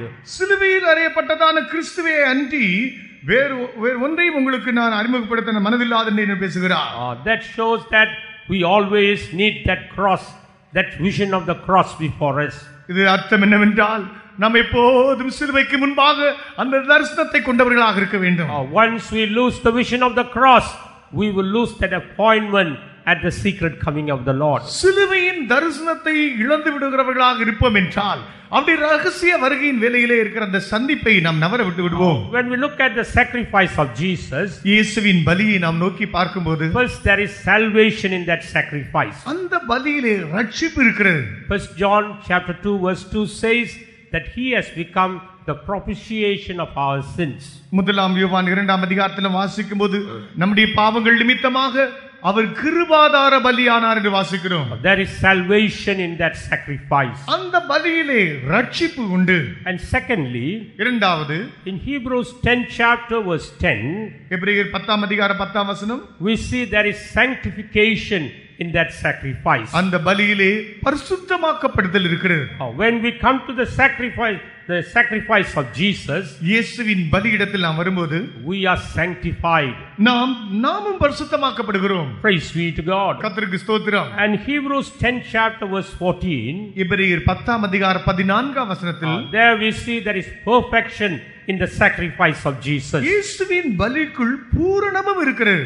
When we come to the sacrifice of Jesus, we are saved, we are sanctified, we are perfected. இயேசுவின் பலியிடத்துக்குள் நாம் வரும்போது நாம் ரட்சிக்கப்படுகிறோம், பரிசுத்தமாக்கப்படுகிறோம், நாம் பூரணமாக்கப்படுகிறோம். Therefore tonight let us come to the cross of Calvary once again. ஆகவே இந்த ராத்திரி வேளையில் மறுபடியுமாக கல்வாரி சிலுவை அண்டையிலே நாம் வருவோமாக. Let us renew our covenant with the Lord tonight. நாம் கர்த்தரோடு நம்முடைய உடன்படிக்கையை புதுப்பித்துக் கொள்வோமாக. Praise be to God. கர்த்தருக்கு ஸ்தோத்திரம். Not only we have to come to that death of Jesus, இயேசுவின் மரணத்தண்டையில் நாம் வருவது மாத்திரமல்ல, we have to also meet the resurrected Jesus.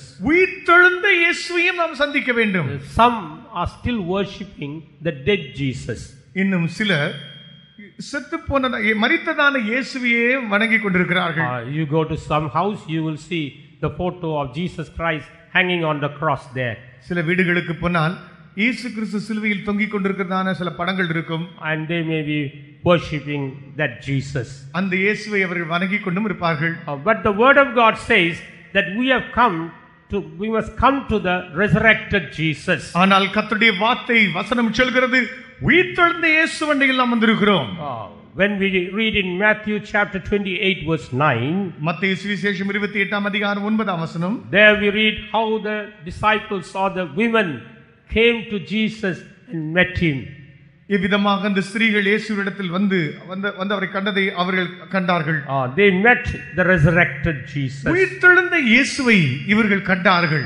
Even tonight God wants us to meet that resurrected Jesus. இந்த ராத்திரி வேளையிலும் இந்த உயிர்த்தெழுந்த இயேசுவை நாம் சந்திக்க வேண்டும் என்று அவர் வாஞ்சிக்கிறார். They were searching for Jesus and Jesus revealed that he is resurrected. இயேசுவை நீ தேடிக் கொண்டிருக்கிறாய், ஆனால் இயேசுவோ தாம் உயிர்த்தெழுந்தார் என்பதை அவர் காட்டுகிறார். Praise be to God. கர்த்தருக்கு ஸ்தோத்திரம். You need not worship the dead Jesus anymore. இனி மரித்த இயேசுவை நீ வணங்கிக் கொண்டிருக்க வேண்டிய அவசியம் இல்லை. You can come to the resurrected Jesus. உயிர்த்தெழுந்த இயேசுவண்டை நீ ஓடி வரலாம். When we come to the resurrected Jesus, we can enjoy the power of resurrection. உயிர்த்தெழுந்த இயேசுவண்டையில் வரும்போது உயிர்த்தெழுதலின் வல்லமையை நாம் அனுபவிப்போம். Praise be to God. கர்த்தருக்கு ஸ்தோத்திரம். We are not worshiping a dead Jesus. நாம் மரித்த இயேசுவை நாம் வணங்குவதில்லை. We are worshiping a living Jesus.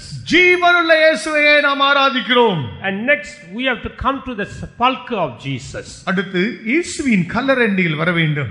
What do we see in the sepulchre of Jesus? இயேசுவின் கல்லறையில் நாம் என்ன காண்கிறோம்? Shall we read John the Gospel chapter 20? யோவான் சுவிசேஷம் 20ஆம் அதிகாரம் read verses 6 and 7. 6-7 வசனங்கள் வாசியுங்கள். சீமோன் பேதுரு அவனுக்கு பின்னே வந்து கல்லறைக்குள்ளே பிரவேசித்து சீலைகள் கிடக்கிறதையும் அவருடைய தலையில் சுற்றி இருந்த சீலை மற்ற சீலைகளுடனே வைத்திராமல் தனியே ஒரு இடத்தில் சுருட்டி வைத்திருக்கிறதையும் கண்டான். Then cometh Simon Peter following him, and went into the sepulchre, and seeth the linen clothes lie, and the napkin that was about to set, not lying with the linen clothes, but wrapped together in a place by itself. Praise be to God. கர்த்தருக்கு ஸ்தோத்திரம். Here Simon Peter and John went to the sepulchre. இங்கே சீமோன் பேதுருவும் யோவானும் இந்த கல்லறையில் வந்தார்கள். When they went into the sepulchre, they did not see the body of Jesus there. அவர்கள் அந்த கல்லறைக்குள்ளே பிரவேசித்த போது இயேசுவின் சரீரத்தை அவர்கள் காண முடியவில்லை. Because Jesus rose again. ஏனென்றால் இயேசு உயிரோடு எழுந்தார். But they were able to see the cloth, the napkin that was covering the head of Jesus, and the cloth that was covering his body, all neatly folded and kept in its place. அவருடைய தலையை சுற்றி இருந்ததான சீலையும் அவருடைய உடலை சுற்றி இருந்ததான சீலையும் இவைகளெல்லாம் சரியாக சுத்தி வைக்கப்பட்டிருப்பதையும் அவர்கள் கண்டார்கள். Each was kept in its place. ஒவ்வொன்றும் அதன் இடத்தில் இருந்தது. Praise be to God. கர்த்தருக்கு ஸ்தோத்திரம். What does this show? இது எதை காட்டுகிறது? The resurrected Jesus has got a message for every one of us tonight. இந்த ராத்திரி வேளையிலும் நம்ம ஒவ்வொருவருக்கும் உயிர்த்தெழுந்த இயேசு அவர் கொடுக்கக்கூடிய ஒரு செய்தி உடையவராக இருக்கிறார். That he is going to come again very soon. அவர் அதி சீக்கிரம் வரப்போகிறார். And if we are to meet that resurrected Jesus, அந்த உயிர்த்தெழுந்த இயேசுவை நாம் சந்திக்க வேண்டும் என்றால், if we are to meet that glorified Jesus, மகிமை அடைந்த அந்த இயேசுவை நாம் சந்திக்க வேண்டும் என்றால், we need the experience of these sets of clothing. இந்த உடுத்தப்பட்டதான இந்த சீலையின் அனுபவங்கள் நமக்கு தேவை. First we see the napkin that covered the head of Jesus. முதலாவது இயேசுவின் தலையை சுற்றி இந்த சீலையை காண்கிறோம். And what does that show? அது எதை காட்டுகிறது? That speaks about the transformation of our character. அது நம்முடைய சுபாவத்தில் இருக்கிற மறுரூபத்தை காட்டுகிறது. Unless we are transformed in our character, நம்முடைய சுபாவங்களில் நாம் மறுரூபம் அடையாத பட்சத்தில் we cannot meet the resurrected Jesus. உயிர்த்தெழுந்த இயேசுவை நம்மால் காண முடியாது. We cannot see the glorified Jesus. மகிமை அடைந்த இயேசுவை நம்மால் காண முடியாது. Even tonight we have to yield ourselves for such a transformation. இந்த ராத்திரி வேளையிலும் அப்படிப்பட்டதான ஒரு மறுரூபத்துக்காக நம்மை நாமே ஒப்புக் கொடுக்க வேண்டும். 2 Corinthians chapter 3 verse 18, 2 கொரிந்தியர் 3ஆம் அதிகாரம் 18ஆம் வசனம், the word of God says we are transformed from glory to glory into his own image. கர்த்தருடைய வார்த்தையானது நாம் மகிமையிலிருந்து மகிமைக்கு நாம் மறுரூபம் அடைந்து அவருடைய சாயலாகிறோம் என்று வாசிக்கிறோம். Praise be to God. கர்த்தருக்கு ஸ்தோத்திரம். By the Spirit of God we are transformed from glory to glory into his very own image. நாம் கர்த்தருடைய ஆவியானவரால் தானே மகிமையின் மேல் மகிமை அடைந்து அவருடைய சாயலுக்கு ஒப்பாக நாம் மறுரூபம் அடைகிறோம். And that experience is very essential. அந்த அனுபவம் மிகவும் இன்றியமையாதது. For that the power of the Holy Ghost must be working in our soul. இதற்காக பரிசுத்தாவியின் வல்லமை சத்துவம் நம்முடைய ஆத்துமாவிலே செயல்பட வேண்டும். It must change our character day by day. அது நம்முடைய சுபாவத்தை அனுதினமும் மாற்றி அமைக்க வேண்டும். That is one aspect of the clothing. இது உடுத்துவிக்கப்படுதலின் ஒரு அம்சமாக இருக்கிறது. And the second set of clothing speaks about the clothes that covered the body of Jesus. அடுத்தபடியாக இருந்ததான சுத்தி உடுத்திவிக்கப்பட்டதான சீலையானது இயேசுவினுடைய உடலை சுத்தி வைக்கப்பட்டது. What does that show? அது எதை காட்டுகிறது? That speaks about the transformation of our body. அது நம்முடைய சரீரத்தின் மறுரூபத்தை காட்டுகிறது. Even this body has to be transformed by the power of God. இந்த சரீரம் கூட தேவனுடைய வல்லமையினாலே மறுரூபமாக்கப்பட வேண்டும். In Philippians 3rd chapter, பிலிப்பியர் 3ஆம் அதிகாரம், in verse 21 we read, 21ஆம் வசனத்தை படிக்கும்போது, shall we read that verse please? அந்த வசனத்தை வாசிப்போம். அவர் எல்லாவற்றையும் தமக்கு கீழ்ப்படுத்திக் கொள்ளத்தக்க தம்முடைய வல்லமையான செயலின்படியே நம்முடைய அற்பமான சரீரத்தை தம்முடைய மகிமையான சரீரத்திற்கு ஒப்பாக மறுரூபப்படுத்துவார். But we all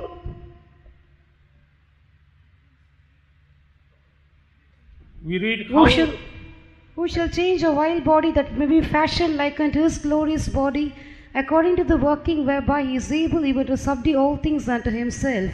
So even our vile body must be changed like unto his glorious body.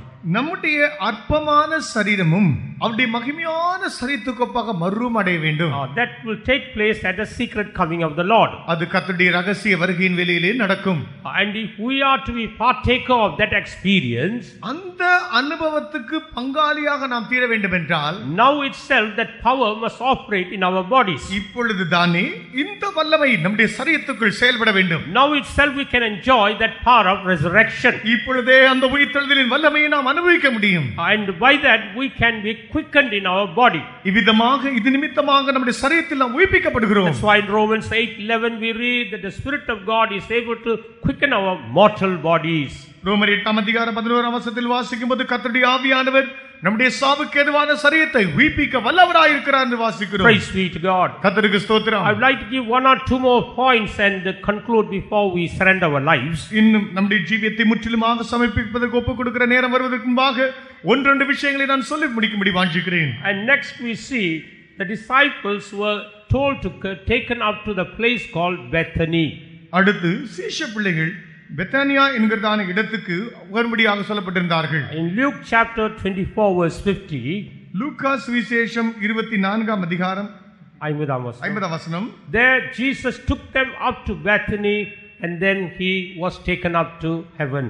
அங்கு இயேசு அவர்களை பெத்தானியா வரையும் கொண்டு சென்று அங்கே அவர் எடுத்துக்கொள்ளப்பட்டார். There he blessed them. அங்கே அவர்களை ஆசீர்வதித்தார். What does this Bethany show spiritually? இந்த பெத்தானியா என்பது ஆவிக்குரிய பிரகாரமாக எதை நமக்கு காட்டுகிறது? It speaks about the fellowship of the saints. இது பரிசுத்தவான்களின் ஐக்கியத்தை காட்டுகிறது. In the fellowship of the saints we see God's blessings are waiting for us. பரிசுத்தவான்களுடைய ஐக்கியத்திலே தேவனுடைய ஆசீர்வாதங்கள் நமக்காய் காத்திருக்கின்றன. You can go back and read for yourself in Psalms 133 verse 3 we read that there will I command my blessings and life forevermore. 133ஆம் சங்கீதம் 3ஆம் வசனத்திலே நாம் வாசிக்கும்போது நீங்கள் போய் இன்னும் வாசித்துக் கொள்ளுங்கள், அங்கே நான் ஆசீர்வாதத்தையும் ஜீவனையும் கட்டளையிடுவேன் என்று சொல்கிறார். There, where is there that place? அங்கே என்றால் அது எங்கே? That's the fellowship of the saints. அது பரிசுத்தவான்களுடைய ஐக்கியம். The first verse speaks about the fellowship of the saints. முதலாம் வசனமானது பரிசுத்தவான்களுடைய ஐக்கியத்தை பற்றி தான் சொல்கிறது. In the fellowship of the saints we see the blessings of God. பரிசுத்தவான்களுடைய ஐக்கியத்தில் தேவ ஆசீர்வாதங்களை நாம் காண முடியும். And these blessings are necessary to prepare us to meet the Lord when he comes in the mid-air. கர்த்தர் மத்திய ஆகாயத்தில் வரும்போது அவரை நாம் சந்திக்க நம்மை ஆயத்தப்படுத்த இந்த ஆசீர்வாதங்கள் இன்றியமையாதது. Further when we read in Acts chapter 1, அப்போஸ்தலர் நடபடிகள் 1ஆம் அதிகாரத்தில் படிக்கும்போது from verses 9 to 12, 9 முதல் 12 வரை உள்ள வசன பகுதிகள், there Jesus took them up to that Mount Olivet. இங்கு இயேசு இவர்களை ஒலிவ மலைக்கு கொண்டு சென்றார். Praise be to God. கர்த்தருக்கு ஸ்தோத்திரம். What does this Mount Olivet signify spiritually? இந்த ஒலிவ மலை ஆவிக்குரிய பிரகாரமாக நமக்கு எதை காண்பிக்கிறது? First of all, it speaks about the anointing that we need. முதலாவது இது நமக்கு தேவையாயிருக்கிற அபிஷேகத்தை காட்டுகிறது. Secondly, it speaks about the vision of the coming of the Lord. இரண்டாவது கர்த்தருடைய வருகை பற்றிய தரிசனத்தை காட்டுகிறது. Both these experiences are necessary to prepare us for the secret coming of the Lord. கர்த்தருடைய ரகசிய வருகைக்கு நம்மை ஆயத்தப்படுத்துவதற்கு இந்த இரண்டு அனுபவங்களும் முக்கியமானவைகள். And if we are missing in these experiences, we may miss that appointment to meet the Lord in the mid-air. இந்த அனுபவங்களை நாம் தவறவிடக்கூடியவர்களாக இருப்போம் என்றால் கர்த்தரை மத்திய ஆயத்திலே சந்திக்கக்கூடியதான நேரத்தை நழுவ விடுகிறவர்களாக நாம் இருப்போம். Praise be to God. கர்த்தருக்கு ஸ்தோத்திரம். And while we are on this earth, நாம் இந்த பூமியில் இருக்கும்போது தானே in order to help us to press forward, நாம் முன்னேறி செல்ல நமக்கு உதவியாக இருக்க God fills us with His power. தேவன் இந்த நேரத்தை நமக்கு தருகிறார். God fills us with His power. இந்த வல்லமையினால் தேவன் நம்மை நிரப்புகிறார். And we see a threefold power coming and working in our lives. நம்முடைய ஜீவியத்திலே இவ்விதமாக முப்பகுதியாக இந்த வல்லமை வந்து செயல்படுவதை காணலாம். First of all, the power through the blood of the Lamb. முதலாவது இருக்கக்கூடிய வல்லமை ஆட்டுக்குட்டியின் இரத்தத்தில் இருக்கக்கூடிய வல்லமை. Revelation chapter 12 verse 11 says, and they overcame him through the blood of the Lamb. வெளிப்படுத்தின விசேஷம் 12ஆம் அதிகாரத்தில் வாசிக்கும்போது அவர்கள் ஆட்டுக்குட்டியானுடைய இரத்தத்தினாலே அவர்கள் ஜெயித்தார்கள் என்று வாசிக்கிறோம். There is blood, there is power in the blood of the Lamb. ஆட்டுக்குட்டியானுடைய இரத்தத்திலே வல்லமை உண்டு. Even tonight you can enjoy that power. இந்த ராத்திரி வேளையிலும் அந்த வல்லமையை நீங்கள் அனுபவிக்கலாம். Through that power you can overcome every evil power. அந்த வல்லமையினாலே ஒவ்வொரு பொல்லாத வல்லமையை நீங்கள் ஜெயிக்கலாம். That power is given to you freely tonight. இந்த ராத்திரி வேளையிலும் அந்த வல்லமை இலவசமாக உங்களுக்கு கொடுக்கப்படுகிறது. And secondly, we read about the power of His word. இரண்டாவது அவருடைய வார்த்தை வசனத்தில் இருக்கக்கூடிய வல்லமை. In Hebrews 1:3 we read the word of His power. எபிரேயர் 1ஆம் அதிகாரம் 3ஆம் வசனத்தில் வாசிக்கும்போது அவருடைய வார்த்தையின் வல்லமை என்று வாசிக்கிறோம். Even tonight that powerful word is coming to every one of us. இந்த ராத்திரி வேளையிலும் அந்த வல்லமை பொருந்தின வார்த்தை நம் ஒவ்வொருவரை நோக்கி வருகிறது. We can receive that power and enjoy that power in our lives. அந்த வல்லமையை பெற்று நம்முடைய ஜீவியத்திலே நாம் அனுபவிக்க முடியும். When Jesus met one man who was filled with the evil spirit, பொல்லாத ஆவியினாலே நிறைந்திருக்கிற ஒரு மனுஷனை இயேசு சந்தித்தபோது He spoke His word. அவர் தம்முடைய வார்த்தையை பேசினார். He told them, come out from this man. இந்த மனுஷனை விட்டு வெளியே வா என்று சொன்னார். That is the powerful word of God. அது தேவனுடைய வல்லமை பொருந்தின வார்த்தை. And that same power is able to work in our lives tonight. அந்த அதே வல்லமை இந்த ராத்திரி வேளையில் நம்முடைய ஜீவியத்திலும் செயல்பட வல்லதாக இருக்கிறது. Every evil spirit is able to depart from our lives even tonight. இந்த ராத்திரி வேளையிலும் நம்முடைய ஜீவியத்தில் இருக்கிற ஒவ்வொரு பொல்லாத வல்லமையிலும் வெளியேறி போக வல்லமை பொருந்தினதாக இருக்கிறது. Because Jesus is sending His word and is commanding every evil power to leave us tonight. ஏனென்றால் இந்த ராத்திரி வேளையிலும் ஒவ்வொரு பொல்லாத ஆவியும் நீங்கி போகும்படியாக இயேசு தம்முடைய வல்லமையுள்ள வார்த்தையை அனுப்புகிறவராக இருக்கிறார். And that word is coming to every one of us tonight. இந்த ராத்திரி வேளையில் அந்த வல்லமை பொருந்தின வார்த்தை ஒவ்வொருவரையும் நோக்கி வருகிறது. And we are going to enjoy the blessings of that power tonight. இந்த ராத்திரி வேளையிலும் அந்த வல்லமையின் ஆசீர்வாதத்தை அனுபவிக்கும்படியாக நாம் இருக்கிறோம். And the third aspect of the power, வல்லமையின் மூன்றாம் பகுதி, that is the power in which God revealed by raising Jesus from the dead. அது இயேசுவை மரித்தோர்கள் மத்தியிலிருந்து உயிரோடு எழுப்ப செய்யும்படி தேவன் வெளிப்படுத்தின வல்லமை. In Ephesians chapter 1, எபேசியர் 1ஆம் அதிகாரம் in verses 19 and 20, 19-20 வசனங்களில் there we read about the exceeding power of God which He revealed by raising Jesus from the dead. தாம் இயேசுவை மரித்தோரிலிருந்து எழுப்பதன் நிமித்தம் தாம் நடப்பித்த தம்முடைய பலத்த சத்துவத்தின் வல்லமை என்று காண்கிறோம். Praise be to God. கர்த்தருக்கு ஸ்தோத்திரம். That's what we call the power of resurrection. அதுதான் உயிர்த்தெழுதலின் வல்லமை என்று நாம் அழைக்கிறோம். And that is the greatest power we can enjoy on this earth. இந்த பூமியிலே நாம் அனுபவிக்கக்கூடியதான மிகவும் உன்னதமான ஒரு வல்லமை இது. And that's the power God gives us through the baptism of the Holy Spirit. பரிசுத்த ஆவியின் அபிஷேகத்தினாலே தேவன் அந்த வல்லமையை நமக்கு தந்தருளுகிறார். And God wants us to enjoy this threefold power. இந்த முப்பகுதியாக வந்து இறங்கக்கூடிய இந்த வல்லமையை தேவன் நாம் அனுபவிக்க வேண்டும் என்று வாஞ்சிக்கிறார். When this threefold power works in our life, இந்த முப்பகுதியான இந்த வல்லமை நம்முடைய ஜீவியத்திலே செயல்படும்போது we are delivered from all things. எல்லா காரியங்களிலிருந்து நாம் விடுதலையாக்கப்படுகிறோம். And we are set free from all things. நாம் எல்லா காரியங்களிலிருந்து விடுதலையாக்கப்படுகிறோம். We will be healed from all sicknesses. எல்லா வியாதிகளிலிருந்து நாம் சுகமாக்கப்படுகிறோம். And we will be quickened in our mortal bodies. நம்முடைய சாவுக்கேதுவான சரீரத்திலே நாம் உயிர்ப்பிக்கப்படுகிறோம். And we can see a victory in our lives. நம்முடைய வாழ்க்கையில் வெற்றியை கண்டடைகிறோம். And we will be able to to press forward to meet the Lord. நாம் கர்த்தரை சந்திக்க முன்னேறி செல்ல நாம் ஆயத்தப்படுகிறோம். And we will be ready to meet the Lord when he comes in the mid-air. ஓ கர்த்தர் மத்திய ஆகாயத்தில் வரும்போது அவரை நாம் சந்திக்க ஆயத்தமாய் இருப்போம். Even tonight the Lord is giving us that power. இந்த ராத்திரி வேளையிலும் தேவன் இந்த வல்லமையை நமக்கு தருகிறார். How many of us need that power tonight? இந்த ராத்திரி வேளையில் எத்தனை பேருக்கு எனக்கும் அந்த வல்லமை தேவை என்கிறீர்கள்? If you really want that power, உண்மையாக அந்த வல்லமை உனக்கு தேவை என்றால் then let us all stand up. நாம் எழும்பி நிற்போம். And let us all cry out to the Lord. நாம் கர்த்தரை நோக்கி கூப்பிடுவோம். Lord, I have come to your presence. ஆண்டவரே உம்முடைய சமூகத்தில் நான் வந்திருக்கிறேன். It is according to your appointment that I have come to your presence. ஆண்டவரே உம்முடைய சந்திக்கிற இந்த நேர வாய்ப்பின்படி நான் வந்து விட்டேன். I have not come here on my own accord. நான் சுயமாக நான் இங்கு வரவில்லை ஐயா. I have come here because you have brought me to this place. நீரே என்னை இந்த இடத்துக்கு அழைத்தது நிமித்தமாகவே நான் வந்தேன். And I do not want to go back as I have come. ஆயினும் நான் வந்த பிரகாரமாக திரும்பி செல்ல நான் வாஞ்சிக்கவில்லை. I do not want to go back with my bondages. என்னுடைய கட்டுகளோடு திரும்பி செல்ல நான் மனம் இல்லை ஆண்டவரே. I do not want to go back with my sickness. என்னுடைய வியாதியோடு திரும்பி போக எனக்கு இஷ்டமில்லை. I do not want to go back with my burdens. என்னுடைய பாரத்தோடு திரும்பி செல்ல எனக்கு விருப்பமில்லை. I don't want to go back with my sorrow. என்னுடைய துக்கத்தோடு திரும்பி செல்ல எனக்கு விருப்பமில்லை. I don't want to go back with the defeat in my life. என்னுடைய வாழ்க்கையிலே தோல்வி கொண்ட ஒரு ஆளாக திரும்பி செல்ல நான் வாஞ்சிக்கவில்லை. Lord, I have come to your feet right now. தேவனே உம்முடைய பாதத்தண்டையில் இதோடியே வருகிறேன். Lord, I am coming to your feet right now. இப்பொழுதே உம்முடைய பாதத்தண்டை வருகிறேன். Lord, touch me right now. ஆண்டவரே இப்பொழுதே என்னை தொடும். Lord, touch me right now. இப்பொழுதே என்னை தொடும். Fill me with your power. உம்முடைய வல்லமையினால் என்னை நிரப்பி விடும். Fill me with your power. உம்முடைய வல்லமையினால் என்னை நிரப்பும். Hallelujah. கராயா சலாத்துல Ya karabalana balana. Hallelujah. Hallelujah.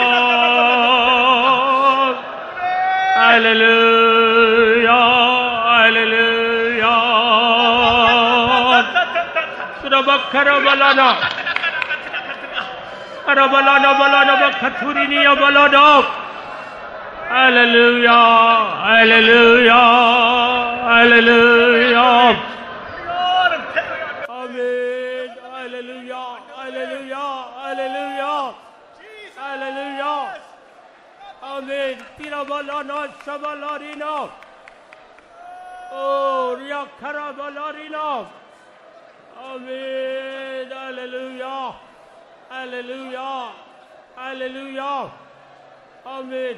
வல்லமையுண்டே மிக அதிகாரமுண்டே வல்லமையுண்டே மிக அதிகாரமுண்டே வல்லவர் வார்த்தை உயிர்ப்பித்திடுமே வல்லவர் வார்த்தை உயிர்ப்பித்திடுமே வல்லமையுண்டே மிக அதிகாரமுண்டே வல்லமையுண்டே மிக அதிகாரமுண்டே வல்லவர் வார்த்தை உயிர்ப்பித்திடுமே வல்லவர் வார்த்தை உயிர்ப்பித்திடுமே வல்லமையுண்டே மிக அதிகாரமுண்டே வல்லமையுண்டே மிக அதிகாரமுண்டே வல்லவர் வார்த்தை உயிர்ப்பித்திடுமே வல்லவர் வார்த்தை உயிர்ப்பித்திடுமே வல்லமையுண்டே மிக அதிகாரமுண்டே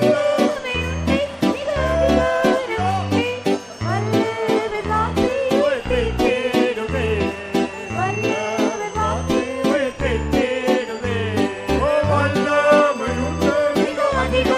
அதிகாரமுண்டே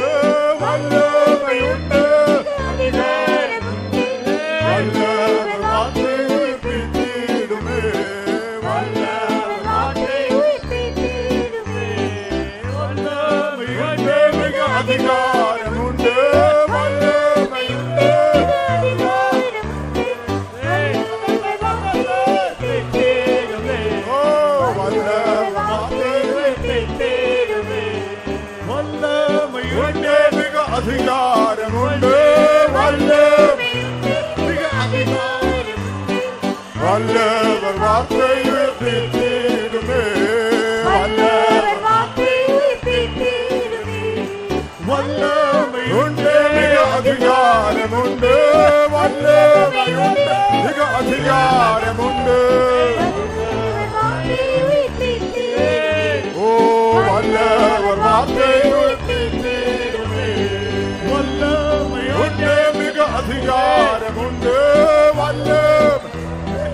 அதிகாரமுண்டு வல்லவர் வார்த்தை உயிர்ப்பித்திடுமே வல்லவர் வார்த்தை உயிர்ப்பித்திடுமே வல்லமையுண்டு மிக அதிகாரமுண்டு ஓ வல்லமையுண்டு மிக அதிகாரமுண்டு வல்லவர் வார்த்தை உயிர்ப்பித்திடுமே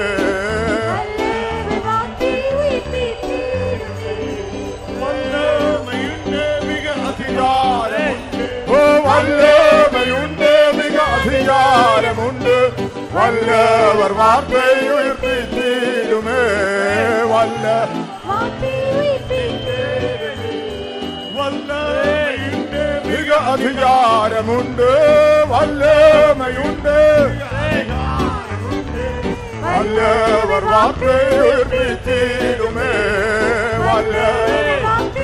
உயிர்ப்பித்திடுமே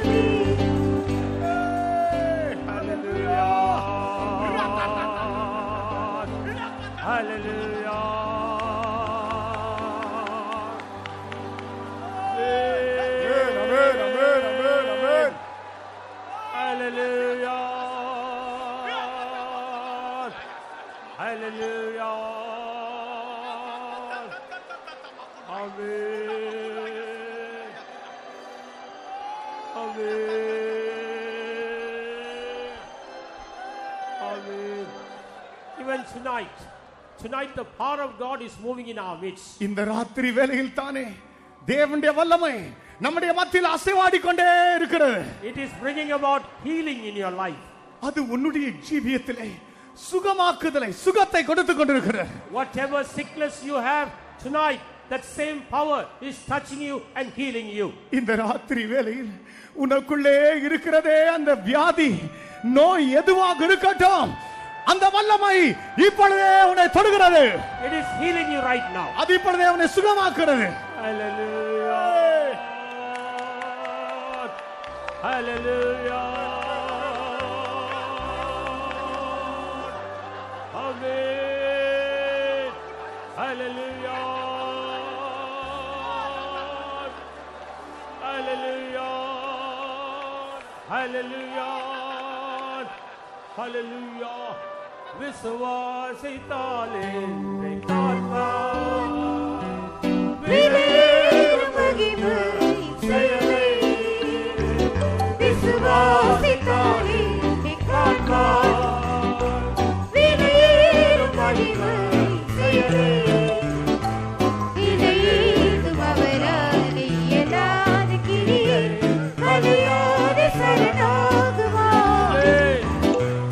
இணையேதும் அவராலே இயலாத கிரியை அழியாத சரணாகுவார். வல்லமையுண்டு, மிக அதிகாரமுண்டு, வல்லமையுண்டு, மிக அதிகாரமுண்டு, வல்லமை வார்த்தை உயிர்ப்பித்திடுமே, வல்லமை வார்த்தை உயிர்ப்பித்திடுமே, வல்லமையுண்டு, மிக அதிகாரமுண்டு, வல்லமையுண்டு, மிக அதிகாரமுண்டு, வல்லமை வார்த்தை உயிர்ப்பித்திடுமே, வல்லமை வார்த்தை உயிர்ப்பித்திடுமே, வல்லமையுண்டு, மிக அதிகாரமுண்டு, வல்லமையுண்டு, மிக அதிகாரமுண்டு, வல்லமை வார்த்தை உயிர்ப்பித்திடுமே, வல்லமை வார்த்தை உயிர்ப்பித்திடுமே, வல்லமையுண்டு, மிக அதிகாரமுண்டு. வல்லமையுண்டு, மிக அதிகாரமுண்டு, வல்லமை வார்த்தை உயிர்ப்பித்திடுமே, வல்லமை வார்த்தை உயிர்ப்பித்திடுமே, வல்லமையுண்டு, மிக அதிகாரமுண்டு. வல்லமையுண்டு, மிக அதிகாரமுண்டு. வல்லமை வார்த்தை உயிர்ப்பித்திடுமே, வல்லமை வார்த்தை உயிர்ப்பித்திடுமே, வல்லமையுண்டு, மிக அதிகாரமுண்டு. வல்லமையுண்டு, மிக அதிகாரமுண்டு, வல்லமை வார்த்தை உயிர்ப்பித்திடுமே, வல்லமை வார்த்தை உயிர்ப்பித்திடுமே, வல்லமையுண்டு, உண்டு, மிக அதிகாரமுண்டு, வல்லமையுண்டு, மிக அதிகாரமுண்டு, வல்லமை வார்த்தை உயிர்ப்பித்திடுமே, வல்லமை வார்த்தை உயிர்ப்பித்திடுமே. Amen.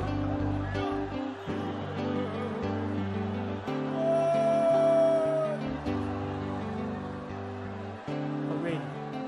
The power of God is moving in our midst, தேவனுடைய வல்லமை நம்முடைய மத்தியிலே அசைவாடி கொண்டிருக்கிறது. and it is healing many of us, நம்மில் அநேகரை அது சுகமாக்கி கொண்டே இருக்கிறது. and many have already been healed. அநேகர் ஏற்கனவே சுகத்தை பெற்றுவிட்டீர்கள். And unlike last night, many did not come forward. நேற்று ராத்திரி போல அநேகர் முன் வராதிருக்க கூடும். But tonight, if you are healed, you be sincere with God. இந்த ராத்திரி வேளையில் நீ சுகத்தை பெற்றிருக்கிற ஒரு ஆளாக இருந்தால் தேவனோடு நீ உண்மையாய் உத்தமமாய் இரு. You come forward. நீ முன்னே வா. If you are healed by the Lord tonight, you come forward. நீ தேவனால் இந்த ராத்திரி சுகத்தை பெற்றால் நீ முன்பாக வா. And you come and testify how the Lord has healed you. கர்த்தர் உன்னை எப்படி சுகமாக்கினார் என்பதை குறித்து நீ சாட்சி சொல்லு. You must be like that one leper who came back and glorified God. திரும்பி வந்து தேவனை மகிமைப்படுத்தின அந்த ஒரு குஷ்டரோகியை போல நீ இரு. Don't be like the 9 lepers who went away without glorifying God. தேவனை மகிமைப்படுத்தாமல் திரும்பி போய்விட்டதான அந்த 9 குஷ்டரோகிகளை போல நீ இருந்து விடாதே. Be like that one leper. அந்த ஒரு குஷ்டரோகியை போல இரு. Come forward. முன்பாக வா. The Lord is waiting for you. கர்த்தர் உனக்காய் காத்துக் கொண்டிருக்கிறார். Servants of God, go and find out what was their sickness. கர்த்தருடைய ஊழியக்காரர்கள் போய் அவருடைய வியாதி என்ன என்பதை நீங்கள் கேட்டறியுங்கள்.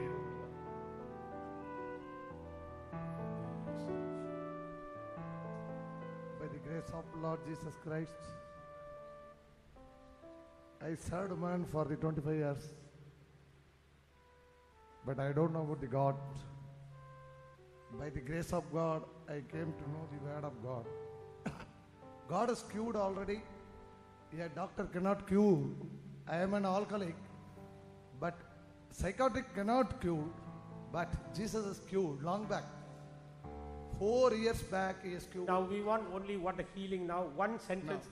We don't have time for long testimonies.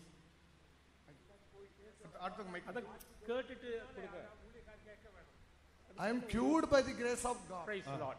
Okay. Praise to the Lord. Praise the Lord. கர்த்தருடைய பரிசுத்த ஸ்தோத்திரம். எனக்கு 7 வருஷமா சொரியாசிஸ் என்ற தோல் வியாதி இருந்தது. கர்த்தர் இந்த வேளையில் அந்த வாதி என்னை தொற்றிருக்கிறார், சுகமாக்கியிருக்கார். அதுக்காக என் தேவனை நன்றியோடு ஸ்தோத்திரிக்கிறேன், துதிக்கிறேன். இனி வரக்கூடிய நாட்களில் கர்த்தருக்கு பிரியமாய் ஜீவித்து அவருடைய வருகைகளை காணப்பட நீங்க யாவரையும் ஜெபிக்கும்படியாக கேட்டு சிறு சாட்சியம் முடிக்கிறேன். கர்த்தருடைய பரிசுத்தத்துக்கு ஸ்தோத்திரம்.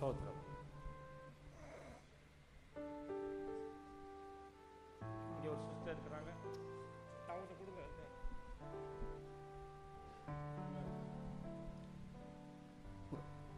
எனக்கு பல பிரச்சனை விடுதலை ஒரே வார்த்தை கிடைத்தது.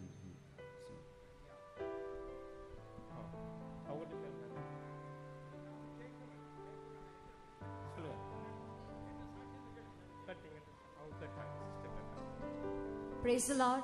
God has healed me from my severe cold which lasts for nearly 1.5 months.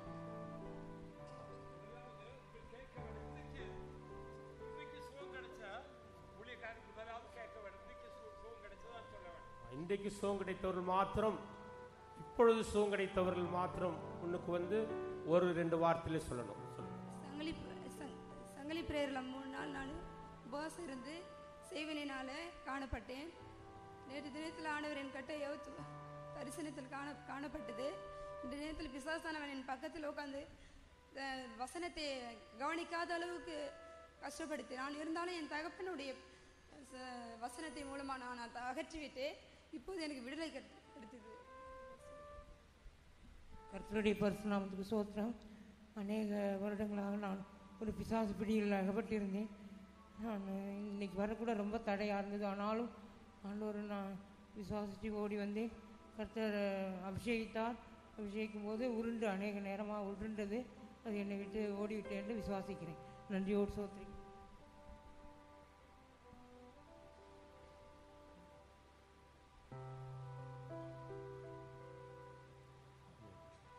The Lord is still healing. Hallelujah. ஆண்டவர் இன்னும் நம்மத்தில் சுகமாக்கி கொண்டே இருக்கிறார். Power of God is moving in our midst. தேவனுடைய வல்லமை நம்மத்தில் அசைவாடி கொண்டிருக்கிறார். கர்த்தருக்கு ஸ்தோத்திரம். நாங்கள் இந்த இடத்திற்கு வந்து 3 நாள் ஆகிறது. எங்களுக்கு ஒரு பெரிய செய்வினை ஒரு மந்திரவாதி செய்துவிட்டு நாங்கள் மனைவி புருஷனும் தவித்து கொண்டு இருந்தோம். பிள்ளைகளை விட்டு பிள்ளைகளும் கூட காண முடியாமல் சிறு குழந்தை 1 வயது ஆகிறது. மகன் ஸ்கூலுக்கு போகிறான். அவர்கள் ஞாபகமே எங்களுக்கு கிடையாது. இந்த 3 நாளாக நாங்கள் தவித்து கொண்டு இருந்தோம். என்னுடைய மனைவி இரவும் பகலும் அங்கே சங்கிலி ஜபத்தில் உருண்டு கொண்டே இருந்தால் இந்த பிசாசின் கட்டையிலிருந்து கர்த்தர் விடுதலை தருவார் என்று நாங்கள் ஒவ்வொரு நாளும் ஒவ்வொரு ஊழிய காரியம் தேடி எங்களுக்கு ஜபிக்க வேண்டும் நாங்கள் ஆய்த்து கொண்டு இருந்தேன். உண்மையாகவே விடுதலை கர்த்தர் கொடுத்தார். என்னுடைய மனைவி இந்த இடத்தில் வந்து சாட்சி சொன்னார்.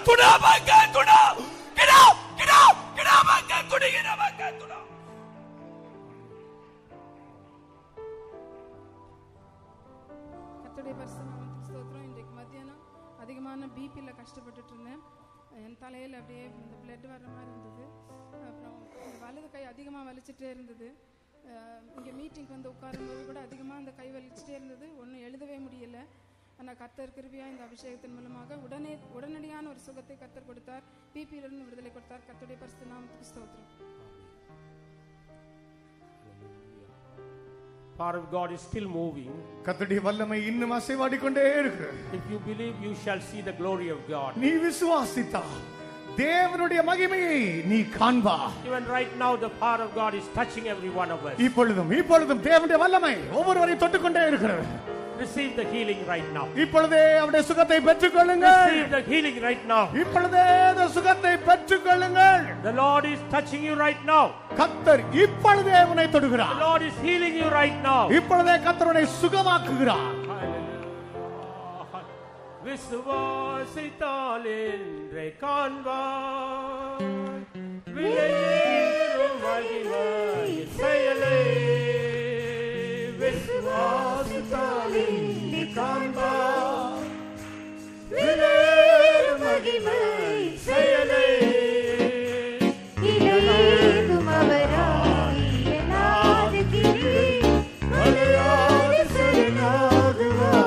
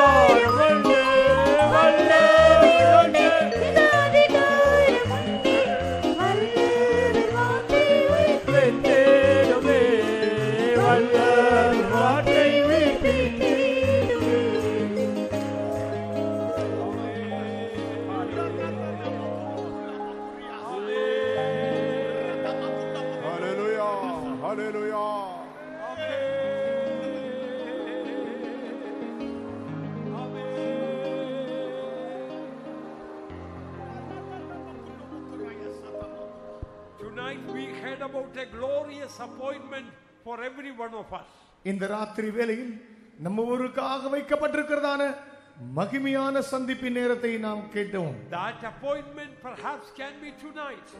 அந்த சந்திப்பின் நேரம் ஒருவேளை இந்த ராத்திரியா இருக்கக்கூடும். Coming of the Lord, rapture is going to be a glorious appointment for saints.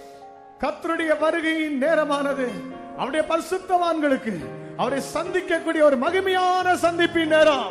For that glorious appointment, let us praise God. அந்த மகிமையான அந்த சந்திப்பின் வேலைக்காக நாம் கர்த்தரை ஸ்தோத்திரிப்போம். Praise the Lord.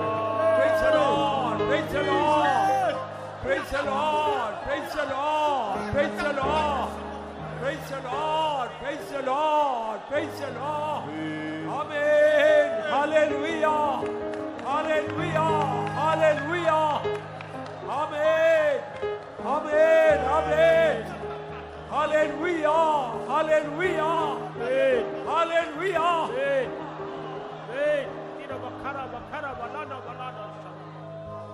Jesus is waiting for that. Holy angels are waiting for that. And Holy Spirit is waiting for us for that. And the church is waiting for that. Let us praise God for that. இயேசு அந்த சந்திப்பின் நேரத்துக்காக காத்துக்கொண்டே இருக்கிறார். அவருடைய தூதர்கள் காத்துக்கொண்டே இருக்கிறார்கள். அவருடைய சபையானது காத்துக்கொண்டே இருக்கிறது. பரிசுத்த ஆவியானவர் காத்துக்கொண்டே இருக்கிறார். அந்த மகிமை நேரத்துக்காக அவரை ஸ்தோத்திரிப்போம். Praise the Lord. Praise the Lord. Praise the Lord. Amen. Hallelujah.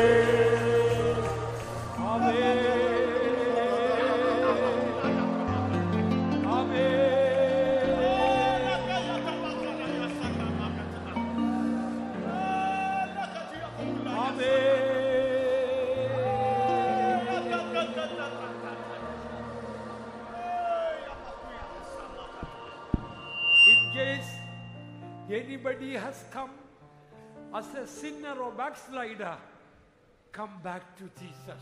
இந்த நாட்களில் பாவியாகவோ பின்மாற்றக்காரரோ யார் வந்தாலும் சரி அவர்கள் இயேசு வண்டியில் திரும்பி வர வேண்டும். So that the appointment with Jesus will not be judgment but for a blessed reward. இவ்விதமாக இயேசுவோடு அவர்களுடைய சந்திக்கிறதான அந்த சந்திப்பின் நேரமானது நியாய தீர்ப்பாய் ஆக்கினை தீர்ப்பாக அல்ல, அது ஆசீர்வாதமாக மாற வேண்டும். All those who are committed their life to Christ, lift up both the hands and praise God.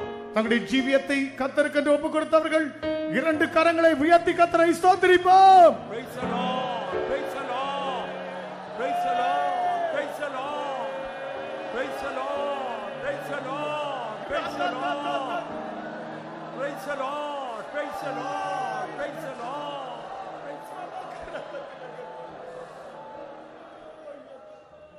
ஜெபம் பண்ணுவோம். எங்களை நேசிக்கிற அருமையான நல்ல இயேசுவே, இந்த 2வது நாளிலும் உடைய மகிமையான சமூகத்தில் உடைய ஜனத்தை கூட்டி அவர்கள் கொடுத்த எல்லா ஆசீர்வாதங்களுக்காக மக சோத்திர சுவாமி. பலவிதமான பிரச்சனைகள், துக்கங்கள், ஜீவியத்தில் இருக்கிற பலவிதமான கட்டுகள், கத்தாவே அவர்கள் போக வேண்டிய இலக்கை பற்றிய இருமனங்கள், இப்படிப்பட்ட பல நிலவரத்தில் இருக்கிற ஜனங்கள் தவித்து கொண்டிருக்கும் போது இந்த நேரத்தை அவர்களுக்கு நிர்ணயித்து நீர் அவர்களுக்காக வந்து காத்திருந்து அதுக்கேற்ற ஆலோசனை கொடுத்தது அதுக்காக சோத்திர சுவாமி. கத்தாவே நம்முடைய ஜனங்களை ஆசீர்வதிக்கிறவராகவும் அவருடைய எல்களை விரிவாக்குறவராகவும் உம்முடைய கரங்கள் அவர்களோடு இருக்கிறதாகவும் தீமை துக்கப்படுத்த அவருடைய பாதுகாக்கிறவர்களாகவும் கத்தாவே நீர் அவர்கள் கொடுத்த நல்ல பதிலுக்காக சோத்திரம். பாவத்தினாலும் சாபத்தினாலும் மரணத்தினாலும் கட்டப்பட்டிருந்த மனுஷர்கள், வியாதினாலும் கட்டப்பட்டிருந்த மனுஷர்கள் கத்தாவே எல்லாவற்றையும் விடுதலையாக்க கட்டுண்டவர்களை விடுதலையாக்குற தெய்வம் எந்த நிலவரத்தில் காணப்பட்டாலும் கத்தாவே அந்த கட்டுகள் எல்லாம் நீ அவிழ்த்ததுக்காக ஸ்தோத்திரம். கட்டை விழுக்க விடாதபடி தடையாருங்க அவிசுவாசமாய வல்லமையை அகற்றுறதுக்காக ஸ்தோத்திரம். கர்த்தாவே அவர்கள் மேலான எருசலேம் நோக்கி அந்த இலக்கை நோக்கி அவர்கள் பிரயாணமாக இப்பொழுது கொடுத்த நல்ல ஆலோசனைக்காக ஸ்தோத்திரம். அவர்கள் அறிந்த கீழ்ப்படிந்த சத்தியத்தின்படியே அவர்களுக்கு அருளப்பட்ட அபிஷேகத்தின்படியே அவர்களை நீ உயிர்ப்பித்ததுக்காக ஸ்தோத்திரம். கர்த்தாவே பிரமாணங்களை முறிக்கிறதுக்கு அல்ல, பிரமாணத்தின்படி ஜீவித்து அந்த பிரமாணத்தினால் மறுபட இந்த நல்ல தருணத்தை கொடுத்த தயவுக்காக ஸ்தோத்திரம். நீ சொன்னபடியே உம்முடைய வசனம் மெய்யாகவே ஜீவனுள்ளதாம் வல்லமுள்ள வசனமாக ஒவ்வொருவரையும் தொட்டதுக்காக ஸ்தோத்திரம். கர்த்தாவே கொடுத்த எல்லா சுகத்துக்காக ஸ்தோத்திரம். சகல கனமும் மகிமையை ஏற்றுக்கொள்ளும் இயேசு நாமத்தில் சுவாமி. Gracious Lord, we thank you for the word of grace you have given to us tonight. To get an appointment with a great man, it is very difficult in the world. But the King of Kings and the Lord of Lords and the God of God is always willing and humble enough to give us this poor dust appointment to bless us. Let us never miss this beautiful Lord opportunity to have appointment with you, to receive your blessing and grace in our life. We thank you for the glorious appointment, Lord, going to happen in the mid-sky. Our wild body will be changed, and it shall be fashioned like unto the glorious body. Amen. According to the power that worketh in us. Amen. Bless thy people tonight. Yes. Lord, save the sinners, heal the sick, restore the backsliders, sanctify the saints. Keep us ready to meet you if that happens tonight. Into your hands we commit us. In Jesus' precious name. Amen. Now may the grace of our Lord Jesus Christ, the love of God and the sweet fellowship of the Holy Spirit rest and abide with us all, now and until the Lord returns in glory. Hallelujah. Hallelujah. Hallelujah. Hallelujah.